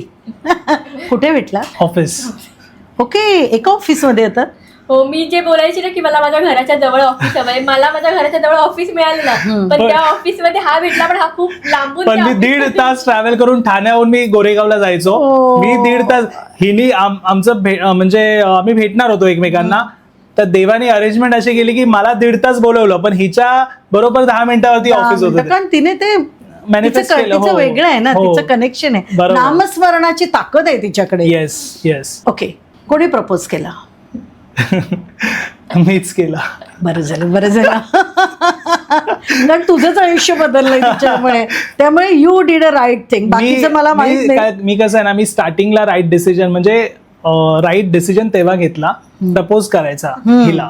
सो त्याच्यानंतर हिनी मग डिसिजन्स राईट घेतले माझ्या लाईफला चेंज करायचे. येस येस येस, कारण पहिला इनिशिएटिव्ह तुझाच होता. दोन्ही घरचे तयार होते? हो. हसते हसते हसते हसते. सागर इथे खरं बोल. बघा, रेडी म्हणजे ऑब्व्हियसली लग्नाच्या वेळी रेडी होते. त्याच्या आधी तर हा नाही वगैरे त्या तर गोष्टी चालू होत्याच. पण आता तुम्हाला ऍक्च्युअल सांगतो, त्यावेळी माझ्याकडे घर नव्हतं. सो हिच्या घरच्यांकडे असं होतं की घर नाहीये तर तो पुढे तुला कसा ठेवेल. सो ह्या सगळ्या गोष्टी होत्या तिथे. पण कोणीही विचार करतो त्यात काही. मी त्या आई वडिलांना नाही, मी तेच बोलतोय. मग ह्या बरोबर आहे, इथूनच सुरुवातच इथून झाली. मग आमचा प्लॅन असा होता की कितीही काही होते, लग्न झाल्या आधी घर घ्यायचं. घर घ्यायचं. आमचं लग्न झाल्याच्या 1.5 वर्षाच्या आतमध्ये आम्ही घर घेतलं. आणि ते जे घर घेतलं ना, तेच नोटीस लागलेली तुम्हाला सांगितलं, घर लावलेलं घर. मग ते त्यातनं आम्ही बाहेर निघालो. सो त्यामुळे आम्ही इतकं इमोशनली कनेक्ट का होतो त्या घराला, कारण लग्नानंतर आमचं असं होतं की हिच्या घरच्यांना पण सांगायचं की नाही आम्ही करू शकतो, लाईफ चांगली जगू शकतो, असं दाखवायचंही होतं. पण म्हणजे किती स्ट्रेस मधून गेला असाल तुम्ही. मग ते त्यावेळी असं होतं की आमचं ऍक्च्युली छत उडालं होतं घरचं. तो प्रकारच झालेला तो. बरोबर आहे. घर म्हणजे सोपं नाहीये. लोक म्हणतात ना, लग्न पाहावं करून आणि घर बघावं बांधून. तुम्ही दोन्ही गोष्टी केल्यात. ऑफकोर्स त्रासही झाले, पण आज तुम्ही अगदी विजयी मुद्रेने आहात, इतके खुश आहात. आणखीन एक गोष्ट विचारायची चैताली तुला, कारण खरं खरं उत्तर तूच देशील. हा स्वयंपाकात मदत करतो का? खरं बोल. आधी नाही करायचा, पण आता युट्यूबचं करायला लागल्यापासून खरोखर करतो. मदत आता करतो. वेळ असतो मला. आता वेळ असतो. आधी वेळ नव्हता, पण आधी हिला वेळ होता, ही नोकरी करत होती तरी. म्हणजे कसं आहे की काही 10 मिनिटावर होती म्हणून. त्यावेळी इतकं लक्ष नसायचं. तेव्हा मी माझ्यानंतर ना मी ह्याला पण बोलली 10 मिनिटावरचा जॉब बघायचा. अरे वा. ह्याचा पण जवळचाच होता. ओके, पण ह्याला ती नंतर. सवयच नव्हती. हो. हा. आता काय बरं करतो ग? बरं म्हणजे जेवणामध्ये हा, जेवण, चहा, पाणी, काय सुरुवात कुठे चहा आहे? चांगली करतो मी. चहा चांगला करतो, व्हेरी नाईस. छान. ह्या पॉडकास्ट नंतर मी चहा बनवेन. आता आणखीन एक गोष्ट मला सांग की मेजर डिसिजन आत्ताही हा तुला विचारतो का? हो. दोघंही मिळून डिसिजन हो. घेता. Very good. पुरणपोळी ठेवली आणि मोदक ठेवला तर तुला काय आवडतं? मोदक. आणि तुला काय मोदक. आवडतं? मोदक. दोघांचं एकावर आहे. Very good. शॉपिंगमध्ये खर्च जास्त कोण करतो, हा की तू? हा, म्हणजे मी विचार नाही करत. म्हणजे ह्याचं परत शेंडी पकडायचे तुझंच काम. हो. जेव्हा एखादे गेस्ट येणार असतात, अजूनही तुझी मदत मागतो, काही जरा प्रश्न बनवून दे ग. हो. दोघंही मिळून. कारण कसं आहे ना, ही तितकी ऍक्टिव्ह असते व्हेरियस पॉडकास्ट बघण्यामध्ये, हम्म. आणि तिथे तिला थोडं अजून नॉलेज येतं. कुठल्या गोष्टी रिपीट झाल्यात, कुठल्या आपल्याला नाही करायच्यात. आपल्याला डिफरंट काहीतरी करायचं शेवटी.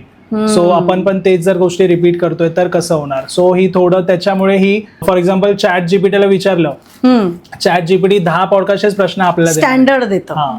सो ही म्हणजे जरा ऍज अ प्रेक्षक आपल्याला काही डाऊट आलेत, मी ते ह्याला सांगते की हा मला डाऊट आहे, तर तू त्यांना तो विचार. असं. सो त्यामुळे मग ही थोडं वेगळं त्याच्यामध्ये इनपुट्स ऍड करते. वा. सो असं म्हणजे खरंच अजूनही तिचं मेजर महाराणी आहे रे ही. हे जे प्ले बटन आहे हा. याच्यावर नावच आहे तिचं, हो. सागर. आणि मध्ये मी इनिशियल ह्याच्यामध्ये चैताली पवार लिहिले. वा वा वा वा, सो मस्त. कारण हे चॅनल दिसतं सागर पवार. आता त्यावेळी जे नाव ठेवलं मी की ठेवून बघूया, आणि ते चाललं. तर ते चालवायच्या मागे अजून कोणाचा हात आहे. सो माझं असं होतं, इथे जे काही आपले गेस्ट येतात ते जेव्हा पॉडकास्टचं हे बटन बघतात यूट्यूबचं, तेव्हा ते नाव बघतातच, सागर चैताली पवार. हा. म्हणजे कम्प्लीट नेम तेच आहे चॅनलचं, मला असं वा वाटतं. वा. म्हणजे ना, मी असे अनेक जोडपी पाहिलेत की समोर समोर असं म्हणत असत, नाही नाही सगळं हिच्यामुळे, आणि करायच्या वेळेला बरोबर पुरुषी अहंकार येतोच येतो. मला खरंच खूप आनंद होतोय की तादात्म्य पावणं म्हणजे काय, की दोघांनी खरंच एकमेकांच्या आयुष्यात असणं म्हणजे काय, दोघांनी एकमेकांच्या आयुष्यामध्ये एक रस निर्माण करणं म्हणजे काय, हे ह्या दोघांना बघून मला बरं वाटतंय. आणि ह्या इतक्या विचित्र जगामध्ये ज्या वेळेला असे छान जोडपं मिळतं ना, आणि जो इतक्या मोकळेपणाने स्वतःच्या पास्ट, प्रेझेंट आणि फ्युचरबद्दल बोलतोय, खरंच खूप छान. आणि तुमचं आयुष्य असंच, तुमचे जे आध्यात्मिक गुरु तुमच्या पाठीशी आहेत, तुम्ही जे संकल्प धरताय, आणि एक असं ताकद आहे तुमच्या पाठीमागे, तर ती ताकद सतत तुमच्याबरोबर राहो, ह्या ब्रह्मांडाच्या चरणी मी अशी प्रार्थना करते. आणि Thank you. परत खूप खूप आभार की तुम्ही दोघंही माझ्या चॅनेलवर आलात. थँक्यू. मला पण बरं वेळ वाटलं. दिलायत. मला पण बरं वाटलं. आणि ॲक्च्युली लोकांना आध्यात्मिक गोष्टीमुळे तुमची लाईफ कशी चेंज होऊ शकते, मला पण हे सांगायचंच होतं. कारण तुम्हाला वाटत असेल की हे म्हणजे आपण म्हणतो ना की जोपर्यंत माणसाला ठेच नाही लागत ना, कळत नाही. बरोबर. आणि माझ्यासोबत तेच, मी सुरुवातीला सांगितलं तुम्हाला, हनुमान चालीसा म्हणजे फक्त मी मंदिरात जाऊन असंच करायचो, असं निघायचो लगेच बाईकवरनं निघू, म्हणजे इतकं माझं हे होतं. ते आता मला ते इम्पॉर्टन्स कळलं. तिथे जाऊन जरा बसून हनुमान चालीसा बोलून, थांबून, ती एनर्जी ॲब्झॉर्ब करून मग तिथून निघाल्यानंतरची लाईफ, म्हणजे त्यानंतरचा वेळ जो असतो किंवा त्यानंतर आपण ज्याही कामाला जातो त्याच्यामध्ये कशी पॉझिटिव्ह गोष्टी होतात, ॲक्च्युअल तुमच्यासोबत ती पॉवर असते. आता लोक ह्यावर बरेच प्रश्न करतील, अरे गरज नसते मंदिरात जायची, अशी पण लोक आहेत. मी काय माहितीये का मी असं का सांगतोय, मी जेव्हा पॉडकास्ट केलाय किंवा आधी मी हॉररचे पण सांगितलेत, त्यामध्ये नेगेटिव्ह कमेंट्स मी फेस केलेत. तिथून मी निब्बर झालो. त्यामुळे मी असं झालो ना की तुम्ही काही बोला, मला काही नाही फरक पडणार आहे. आणि मला जे वाटलंय, मला जे भावलंय ते मी सांगतोय. आणि असंही होतं की त्या नेगेटिव्ह कमेंट्स वरती आपले सबस्क्रायबर त्या लोकांनाच कमेंट करून त्यांनाच शांत करतात. आपल्याला बोलायची पण गरज नाही लागत, इतके लोक तुमच्या सपोर्टमध्ये असतात, कारण की तुम्ही काही चुकीचं नाही करत आहे. सो इथे पॉझिटिव्ह ह्याच्यामध्ये मी ते सांगेन की लोक म्हणतील मंदिरात जायची काय गरज आहे, संकल्प घ्यायची काय गरज आहे. तसं नसतं इथे. ह्या सगळ्या गोष्टी करून तुम्ही तुमची लाईफ बघा. जर असे लोक बरेच अडकलेत लाईफमध्ये, ज्यांना पैशांचे प्रॉब्लेम आहेत, ज्यांच्या घरात कंटिन्यू आजारपण आहेत, म्हणजे त्यांना कळतच नाही लाईफमध्ये करायचं काय. इथून सुरुवात आहे, पूर्ण नेगेटिव्ह होऊन जातात. फक्त रोज आहे ना हनुमान चालीसा म्हणायला चालू करा. त्याच्यातले व्हायब्रेशन्स तुम्हाला त्या गोष्टीतनं बाहेर काढणारच काढणार. असे पण इन्सिडेंट बघितलेत, हनुमान चालीसा बोलत असताना त्यांच्या घरात इतकी नेगेटिव्ह गोष्टी होत असतात की त्यांना बसूनच देणार नाही हनुमान चालीसा बोलायला. अशा पण गोष्टी होतात. बरोबर So आहे. तुम्ही बाहेर मंदिरात जा, हनुमान चालीसा बोला. तुमच्या लाईफमध्ये, तुमच्या त्या घरामध्ये जेव्हा तुम्ही ती हनुमान चालीसा बोलल्यावरती घरी याल ना, ती नेगेटिव्हिटी शांत होईल. मग तुम्ही घरामध्ये संकल्प घ्यायला स्टार्ट करा. 7 दिवसाचा घ्या, 11 दिवसाचा घ्या, 21 दिवसाचा घ्या. या संकल्पामधनं तुमचे लाईफमधले प्रश्न, किती जणांच्या कोर्ट कचेऱ्या चालू असतात, इतक्या वर्षानुवर्ष ते लोक त्यातच लढत असतात, किती प्रॉब्लेम्स मध्ये अडकलेत, त्या गोष्टी तुम्ही करायला चालू करा. संकल्प बघा, तुमची लाईफ कशी चेंज होईल. ती चपखल उत्तर दिलंय त्यांनी. कारण भांबावलेले असाल ना, परिस्थितीने Yes. गांजलेले जर असाल ना, this is what you have to follow. तर तुम्ही सगळे मिळून हा आमचा पॉडकास्ट बघा. कारण तुमचीही वेळ आता बदलली आहे, म्हणून हा पॉडकास्ट तुमच्या 100% आयुष्यात येणार आहे. आणि ती वेळ बदला. मदत मागा, सागरची मागा, माझी मागा. जे काही आम्ही तुमच्यासाठी करू शकतो ना, 101% करणार. बाकी तो ब्रह्मांड बैठा है सबको सब कुछ देने के लिए. खूप खूप धन्यवाद दोघांचे. थँक्यू. खूप मजा आली. खूप बरं वाटलं तुमच्याशी पण बोलून. Thank you so much ma'am. Thank you so much. Please share, subscribe, comment आणि आपल्याही चॅनलला ग्रो करायला मदत करा. Thank you so much. थँक्यू.